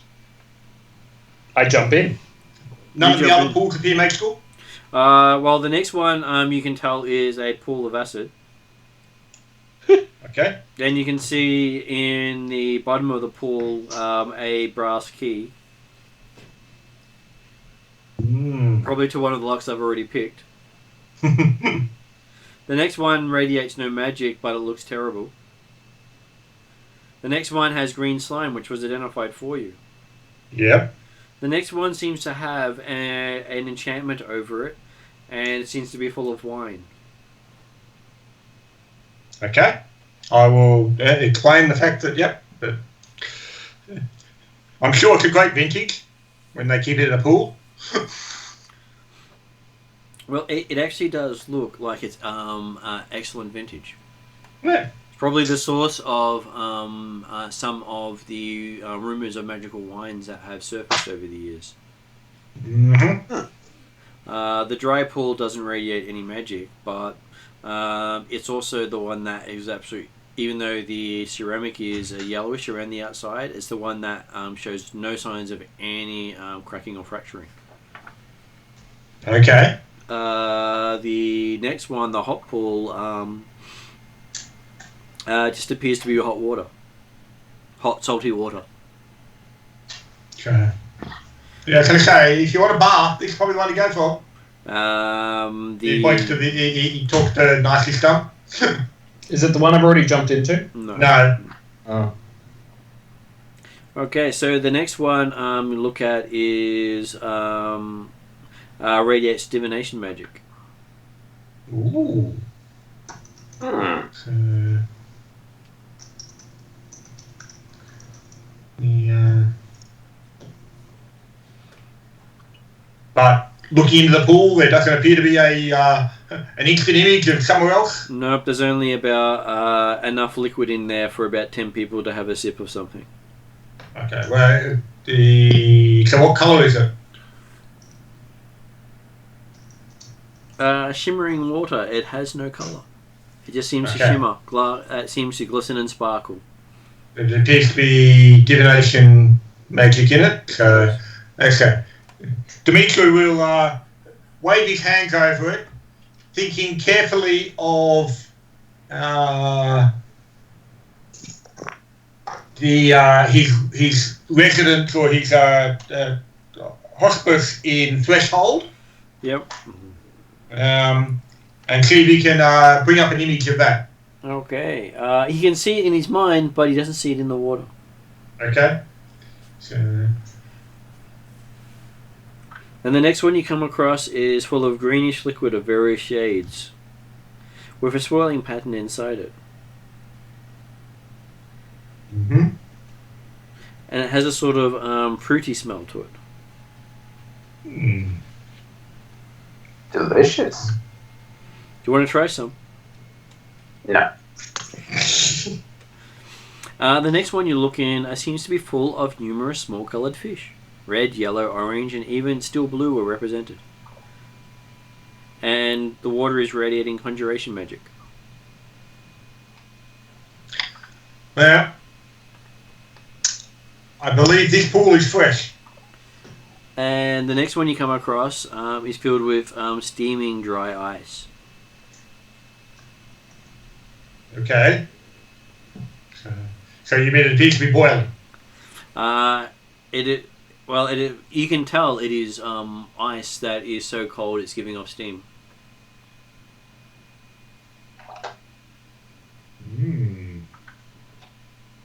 And approaching it, is it hot or is it cold? It is cold to it's radiating cold steam.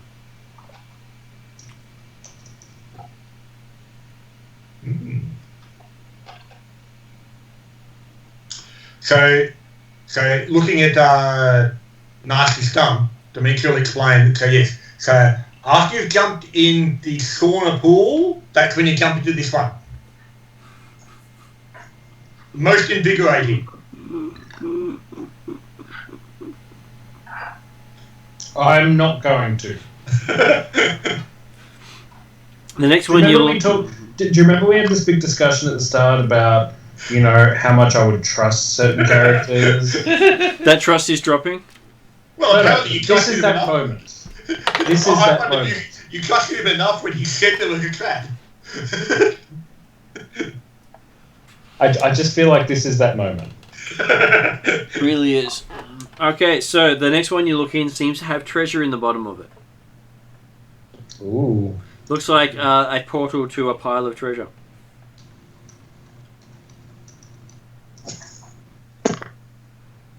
Okay. And the liquid, is it coloured at all or anything like that? It is clear. Okay. I jump in. You jump in. I Okay. rolled a 20. I can't not. Dimitri steps back saying, don't fall for the illusion. And then has to dodge the splash, I'm guessing. So as he jumps in, luckily I didn't do this on the acid pool, otherwise we'd have one less character. He basically lands on two water weirds, who both get to attack him. So let's see. The first one hits an armor class of 20. Yeah, it hits.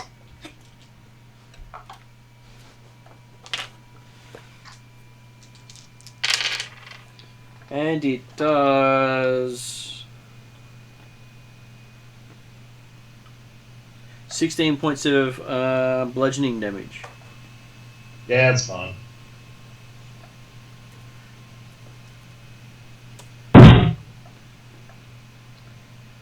And it grapples you, pulling you under the water. So what do we see? You see him jump into the water, and then the water writhe around him, holding him down. Okay, so we do see the water physically. It's not a case of that he apparently jumps into the water and then just decides to stay under. We do see the water actually attack him in some way. And you do see that while the water's churning, there is no treasure in the bottom. Oh.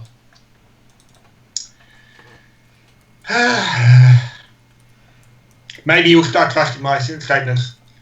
Okay, so initiative. Can we recognise what it is? Yes. You will get a chance to make a roll on your turn. Yep, okay. Yep. I wouldn't be waiting for Demetri to tell you what it is, though.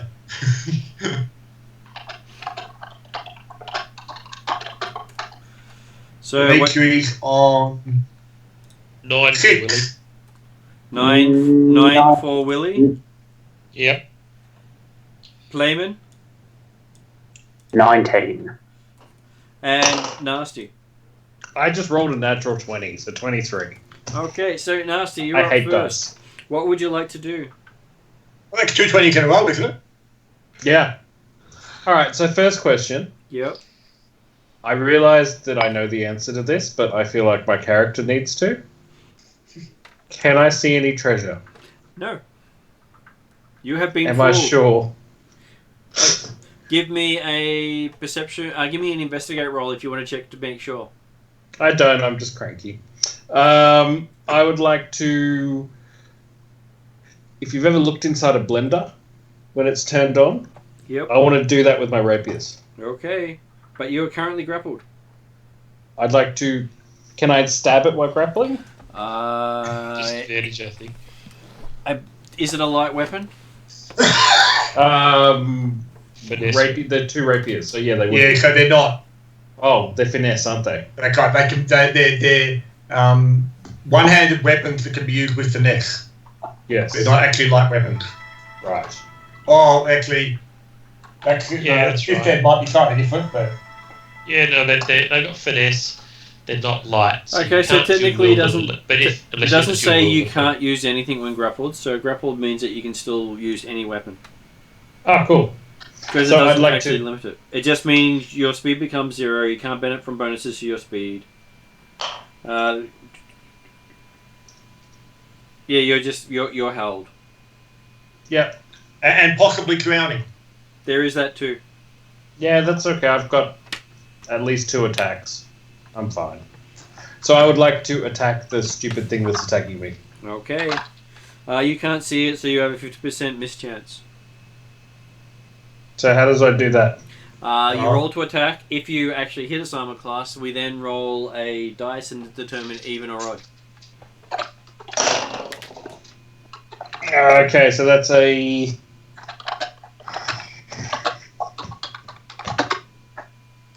Okay, so I rolled a 1. You rolled a 1. You probably missed. I'm muffling it. If I muffle it, maybe you won't hear me. Would you like to use one of the 2 remaining rerolls, or would you like to I stab really yourself? would. I really would. Okay.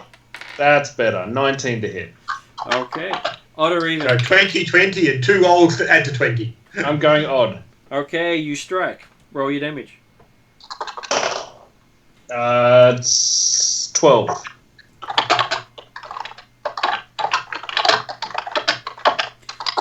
What sort of damage? Slicing, isn't it? Stabbing? Piercing. Piercing. From a Piercing. rapier, I would expect. And how much damage was that all up? 5? No, 12. Okay, so 6 then. Yep. And then next attack? Yep. And that's Definitely piercing. that's a 19 to hit.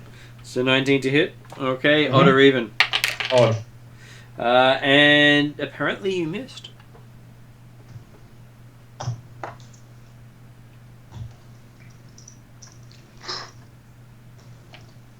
And can I use my bonus action? No, we haven't had a little short rest. No, it's all good. Okay, so next person up is Playman. You can see Nasty is being drowned by the pool of water. But I haven't seen anything attack them. The water's attacking him.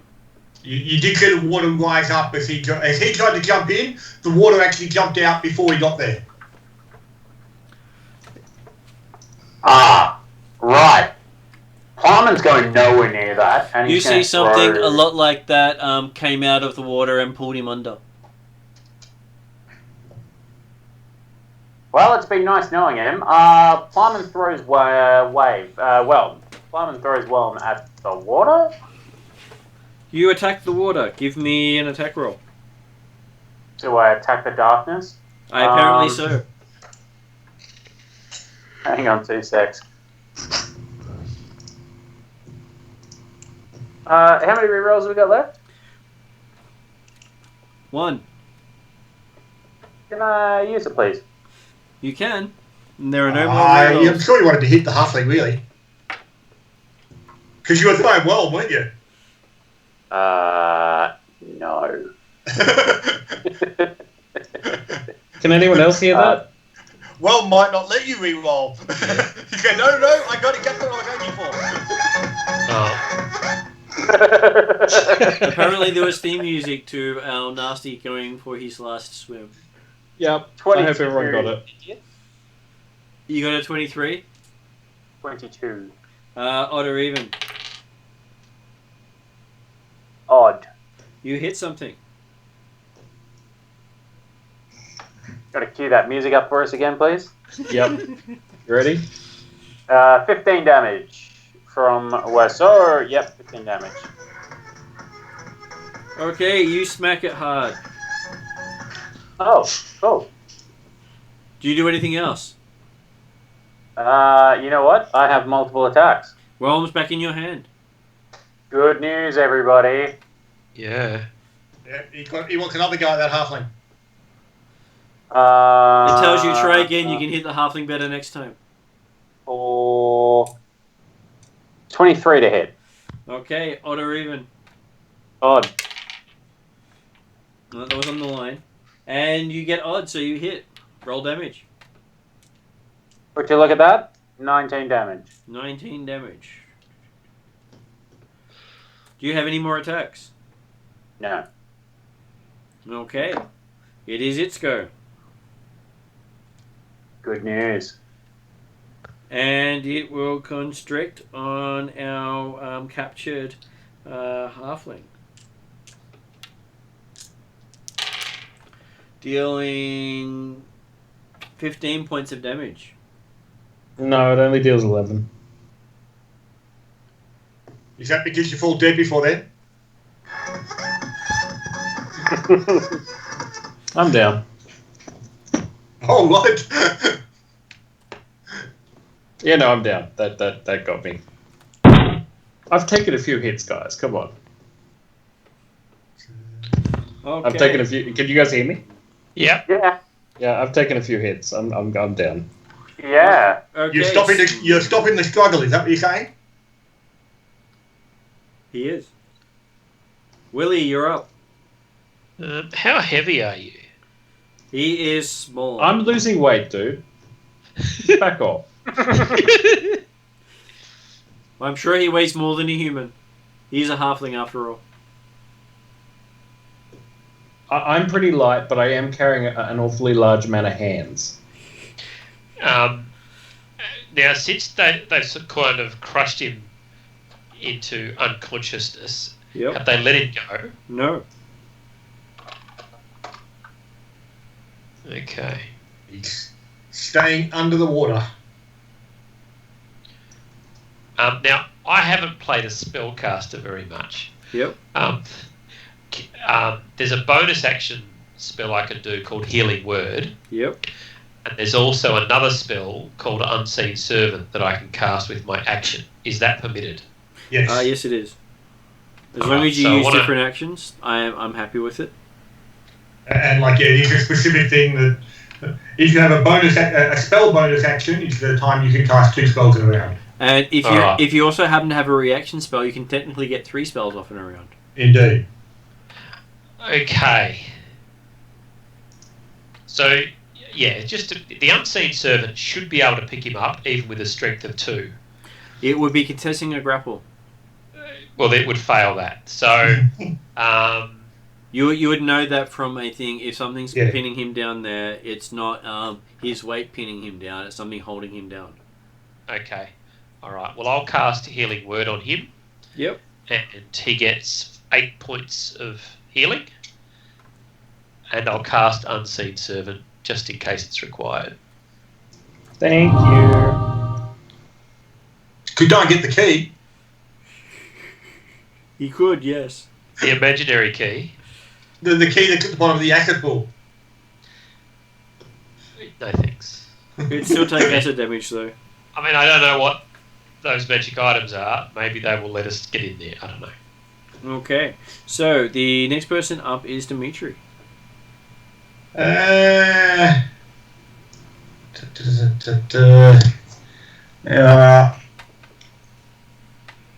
He's gonna pull out his. Oh no, but Bradshaw's not around, is he? He is not around. Okay then. We'll give it a try first of all. We'll try and evaporate the water with a firebolt. Yep. Wait, what? Don't worry. Fireball, you said? Sorry, no, firebolt. I like the idea of ball, not bolt. That seems to work better. Ball's way too much effort for Dimitri.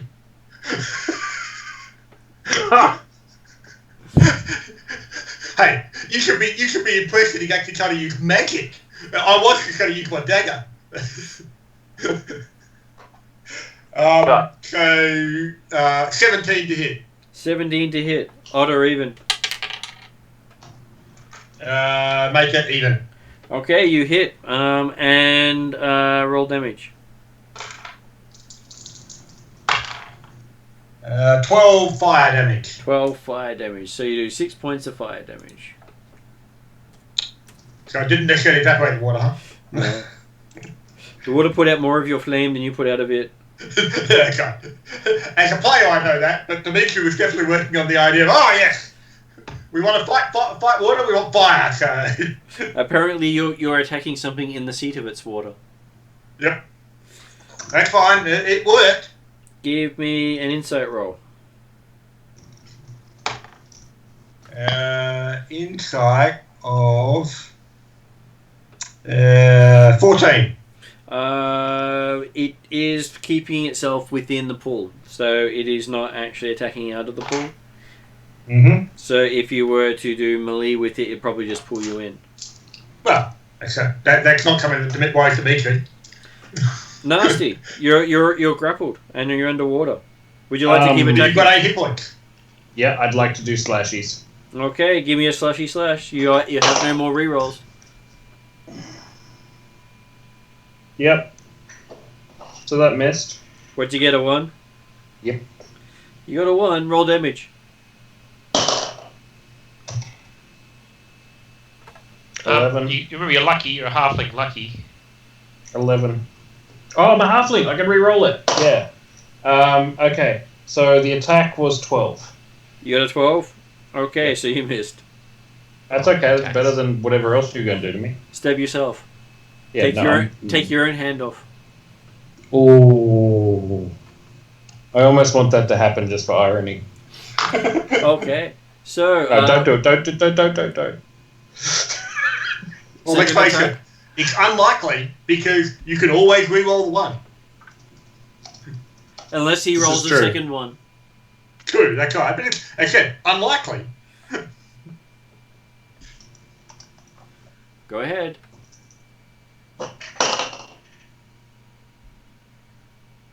10. 10. And you also missed there too. So, That's okay. halfling does it on every roll? Does Halfling what? luck? Whatever they roll. I think it applies to everyone they roll. Yeah, every time they roll a 1. Okay. But I have to, whatever I roll, I have to abide by. Well, the second one. So once per round. So 2 1s in a row will kill you, but... Okay, so next person up is Playman. Well, Also, at this point, you're actually starting to drown. So you think you've only got maybe 1 or 2 rounds before you actually drown. Nasty or plumbing? Nasty. Lucky you practiced holding your breath in that other room. Right. Well, he let his breath out when he got knocked out. Okay. Well, I'll give you 2 guesses as to what I'm going to do. Sing the funeral song? Hey, can I Well- use the straw adapter on my hook to put a straw above the water? If you had have done that as your action. Oh well. Okay, so this thing that we've seen, is it still... does it still look like Nasty's being grabbed and... He's being held under the water. He's been held under the water. Well, only one of us is a barbarian that can get advantage on strength checks right now. So I guess I may as well try and pull you out. I'm guarantee I'm going to get pulled in, though. Jump in, the water's fine. I'm not getting in the water. However, He says I will that do now. my best to try and pull you out. Sorry, I'm not going to purposely get in the water. Okay. Martin, what would be the check to oppose? It would be an opposed grapple check as you, as a second one reaches out of the water for you as you try to reach in. Ooh. A second one. Yep. Mm-hmm. It'd been waiting for someone to try to get too close. So the question was what the check was, not what I'm going to do. Sorry. No, in all seriousness, I need to look up the grapple rule. It would be a athletics versus their athletics. Athletics is what I'm looking for. Thank you. Yep. So willing to try. You will love the dice roll I just got. Still haven't done the thing. I genuinely am looking up the rules and the barbarian rules for advantages. You had, if you're raging, you had advantage on strength-based checks. Yeah, and the athletics is, fuck it, I'm going to do it anyway. I'm sure you rolled a natural 21. 15.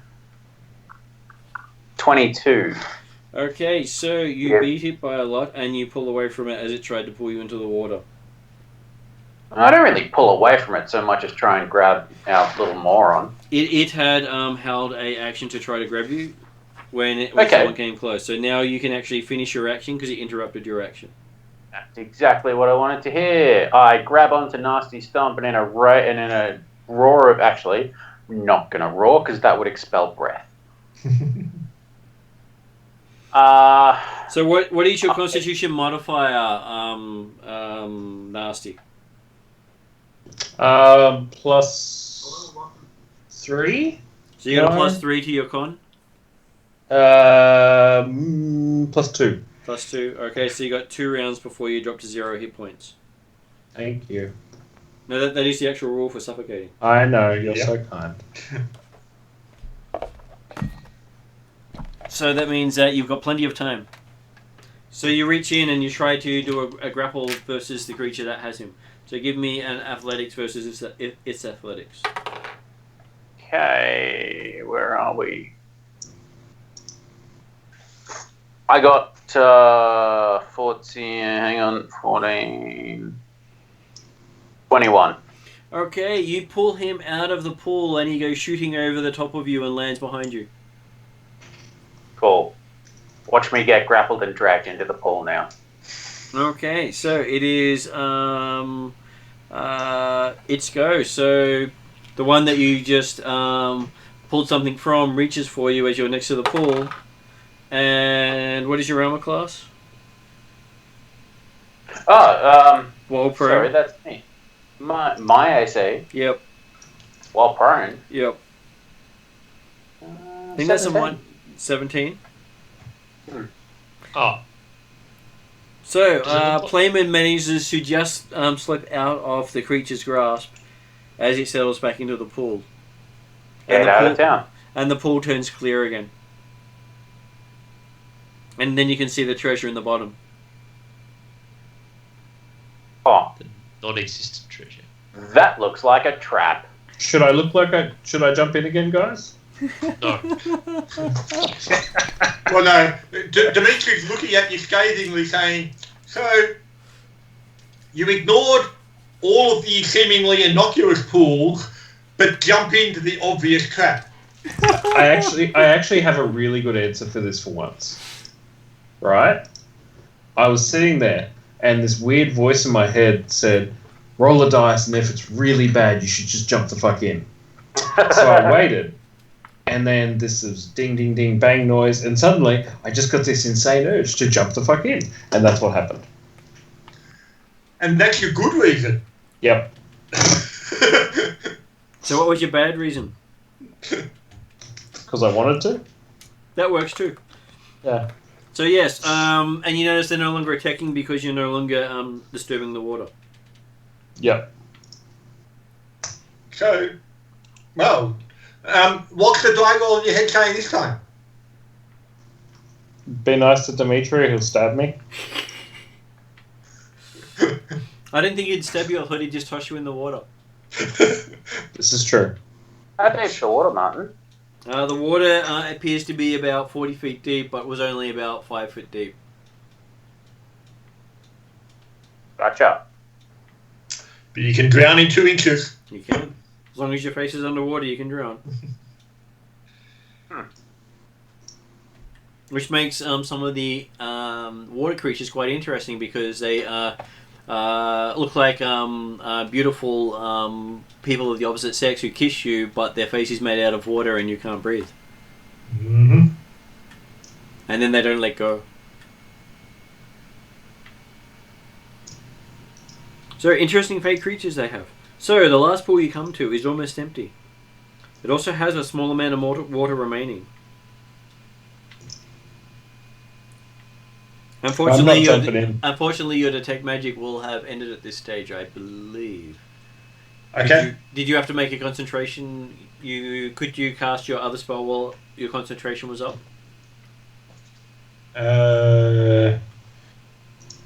Do you concentrate on a ritual?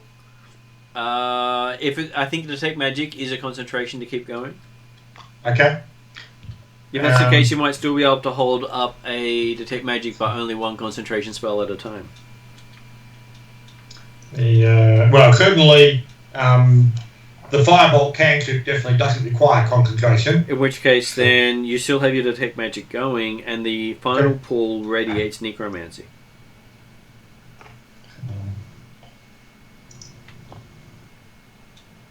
Necromancy, huh? That's kind of healing-ish. Healing is a necromancy aspect. Who do you offer it to? Would you like me to go and touch something for you? Dimitri is effectively talking out loud as he goes through. He goes, yes, necromancy, yes, healing's a form of necromancy. Well, I'm sure we have friends who can get healed. We have hurt friends, they can touch this necromancy. Well, okay, Dimitri's actually just not responding directly to your side. He's thinking to himself, but talking out loud as he's thinking. So. My character is staying very quiet so no one notices him. Jeremy, make a reflex save. No, don't. And that is all of the pools. You know when they say have fun at the pool? They lied. I had fun. You're welcome. Thank you for that. I appreciate it. And I would like to clarify that I know it was stupid, but the dice made me do it. And it is called the Room of Pools, so you did have fun at the pool. Yeah, I think you should probably have taken some falling damage for the length I would have thrown you. So that is sort of a rendition of someone going and just filling up at the pool. And then the pool pulling him in. I'm just glad that Martin didn't go like, roll to see if you landed the acid. I did keep track of which pool was which. You were in the treasure pool. No, when David yanked me out. And when he tossed you, he could only have dumped you in the necromancy pool, the ice pool, or the what's the other one? Aura pool, the divination pool. So the ice pool, the divination pool, or the necromancy pool. Everything else was too far away. Sure, I will roll a d8 and see if you went towards any of those pools. I was actually talking, wondering whether or not Emrith wanted to roll. No, I'm good. Apparently, he threw you into a wall right next to the pool that you were in, and you just got dragged away from it. Yeah. So that would have hurt your pride a little. Yeah, I can deal with that. At least you didn't land in the other magic pools. Yep. And the last two remaining areas you're able to determine is an armory and a barracks. Okay.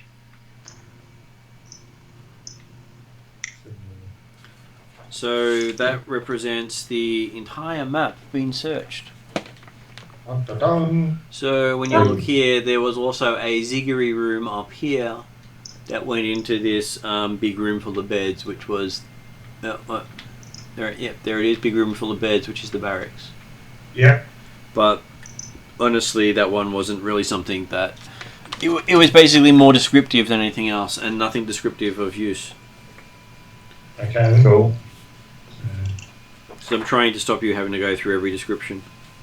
Fair enough. So,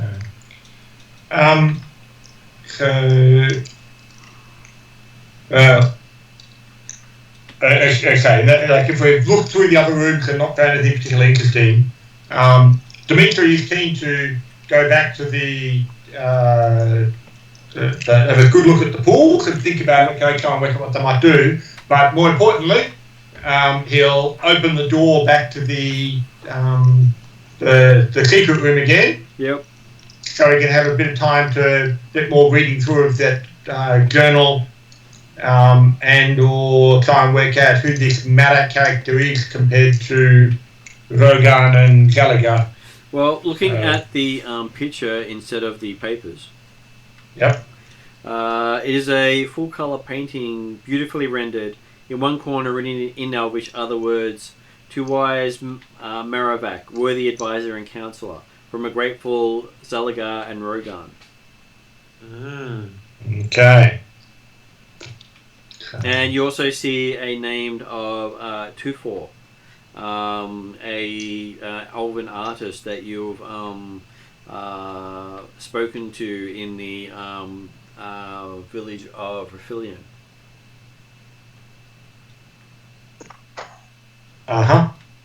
Good to know. You can. What was that, Jeremy? I was thinking Raphilion. Yep. Did you say, was that an Elvish village? Did you say? It is a Elvish. It is the Redlib Woods Elvish settlement for humans to come and see them. Right. Okay. Which is not far from where your homestead is. Right. Yep. Okay. Sorry, I had in my head. I was thinking actually of the one of the adventures where we ended up being trapped in time for something or other, or a place has been lost in time somewhat. And I was thinking, hang on. There are a few of those places. Oh, that's right. Hey, time is one of the big things they mess with in this setting. So, but yes, okay. So Tulfa is an elf. Yes. Right. And so therefore, yes, again, potentially knows this, well, presumably knows this Matavec, and he may know more about the where Gallagher and Rogan might have gone, depending on when is there any indication as to when the painting was done? It looks as if it was done maybe about 400 or 500 years ago. Okay.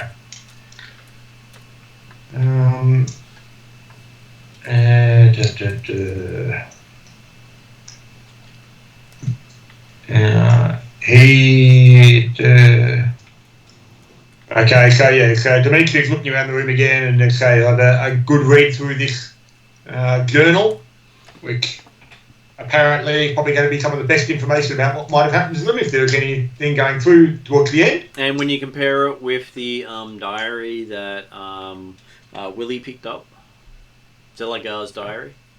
Okay. Yep. Which is useful information to know. Well, yes, certainly something that actually, yeah. Because I think when I came in, you mentioned that you mentioned Dimitri had a couple of books to read. Yeah. So the first one is a historical work written in Traldara, not Traldararan. So it's the ancestral language of the Traldara people.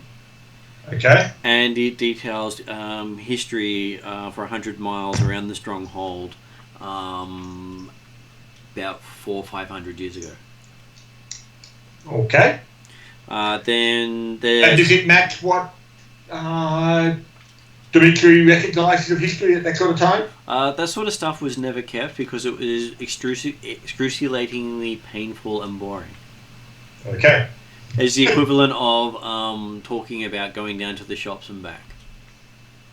Mm-hmm. So there wasn't a huge amount of stuff happening there until you get a few things here and there of events that you've heard about. Okay. The next one is an encyclopedia of plants written in Elvish. Cool. With illustrations. Really? Yeah. Knowledge is always valuable. The next one is a Zalagar's personal diary. Uh-huh. Which you need to use comprehend languages to read because it's in short form. Okay. Oh, is that the one I read before? Yep. Yeah. The next one discusses the weather. With illustrated drawings of phenomena with notes written in a script you don't understand. Mm-hmm. And the last one is an outdoor survival book written in Gnomish. Yep. You understand Gnomish? I actually learnt Gnomish, but I also have the one of my items actually lets me read Gnomish or understand Gnomish. But yes, it is actually one of the languages I've learned. So it is a collection of short stories featuring a fictional ranger named Alphors and his trials of surviving in the wilderness. It is one of the books that are given to children to learn in Highforge. Mm-hmm. And then there's a lot of paperwork from Zalagar. There's also his library, which you guys had ransacked earlier. Yeah. Where you got the big notebook of Zalagar. Mm-hmm. Talking about how Saldorts will show the way. Mm-hmm. And that was where you picked up the name Alphors, which is amusingly how you knew all about it because he was the Ranger Survivalist. Yep. That's where the name Alphors came from that you knew earlier. That's right, yes. That's one that I happened to... Yes, I remembered that that was the die roll that I did. I remembered the name or worked out what it was based on the L4 will show the way, or Seldorf will show the way. And you'd and actually obviously, yes, this book that we just found would be a clue to those that hadn't been as widely read as Dimitri. Yep, that is about right. And now I'm trying to find if you guys had found the last thing. Okay, so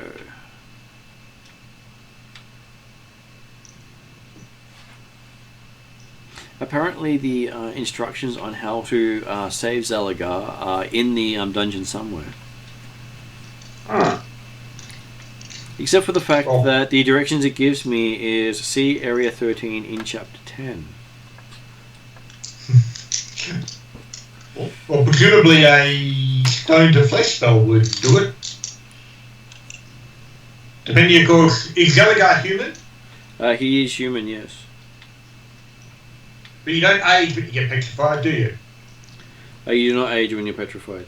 Okay, so amusingly, the cure to him is at the Caves of Chaos. The what, sorry? Caves of Chaos. Which is... Caves of Chaos. So this is B1 and B2. So the way to cure Zalagar is to go to B2, not B1. Right. That's why I couldn't find it anywhere, and I had looked. Yep, not immediately obvious. So, as far as we're aware, we've searched the entire building now, You have searched the the entire entire building. complex, You have. except for the portals, 2 or 3 portals going to unknown locations. Yep, and you could just chronicle what those are and where they are, and you, with some research in the library, be able to determine where they go. Yeah. So, so okay. So we've searched everything. Then Dimitri's opinion would be that, well, it would appear that we've reviewed all the locations within this facility. It'll probably take me a couple of days to work my way through these books to ensure that I can get an appropriate report to Redrian from the information in there. Okay.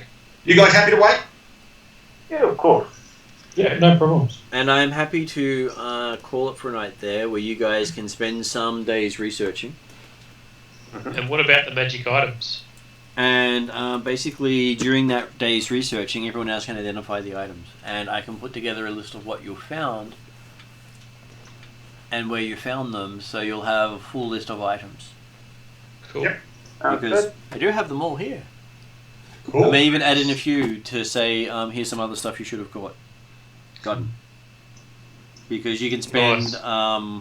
the time while Dimitri is researching to finish your look over the place. Much to his Right. displeasure when he was trying to claim it all for himself.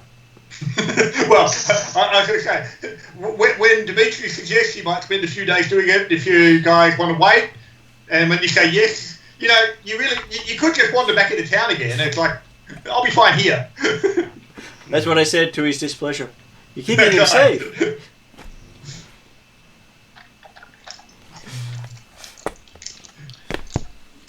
And that will be that adventure complete. So all you got to do is report in, and you'll be able to move on to something different.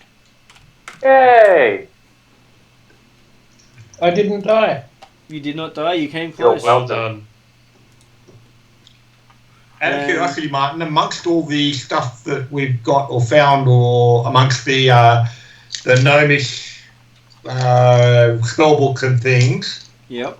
and I don't know what level it is, do we have access to Stone the Flesh? I don't know what level it actually is. I don't think you have access Greater, to it. Greater Restoration is level 5. So level 5 spells will be required. And you can't do level 5 spells, I'm assuming. No, sorry. That's why I was suggesting the simplest solution is just wait 2 years, so we're 9th level. They have second level spells, so they won't actually have anything near powerful enough. No, fair But enough. they And do there have- wasn't anything in Jaligar's books or anything like that we found? References to an elixir of stone to flesh, Oh, really? which is a rare potion. There's 2 potions we picked up. Don't know what they are. Well, I mean, that might be certainly something we're looking at in the next couple of days to see if we can find, like, Dimitri will be scouring his library to see if there's any options in there. And there will be rumors partly, of he's also going, sorry? there'll be rumors of the elixir being somewhere near the Castilian Keep region, where you've been before. That was where you spent the time as a soldier. That's right, that's where he's a lieutenant. That's where he got his commission. Because, like I say, he's an honorary commission in the Castilian Guard Battalion, 4th Division, Karameikos Army. He is. There you go. So if you guys wanted to stay on and chat, I will end this, and then we can talk offline. That's alright. Happy to go to bed. Yeah, I'm Thank probably you. I've took my meds and stuff. But thank you so much tonight, guys. Good All game. Apologies, I missed most of it, but sounds like you did well. I'll catch you Alright. guys Have a good later. night, all. Catch you later. Bye. Die without Yeah. Dimitri. Good. You going too, Jeremy? Yeah, might as well. Okay. Thanks very much. Have a good night. Rest Yeah, up. drop Have a forward, good Bob. night. Bye, guys. So,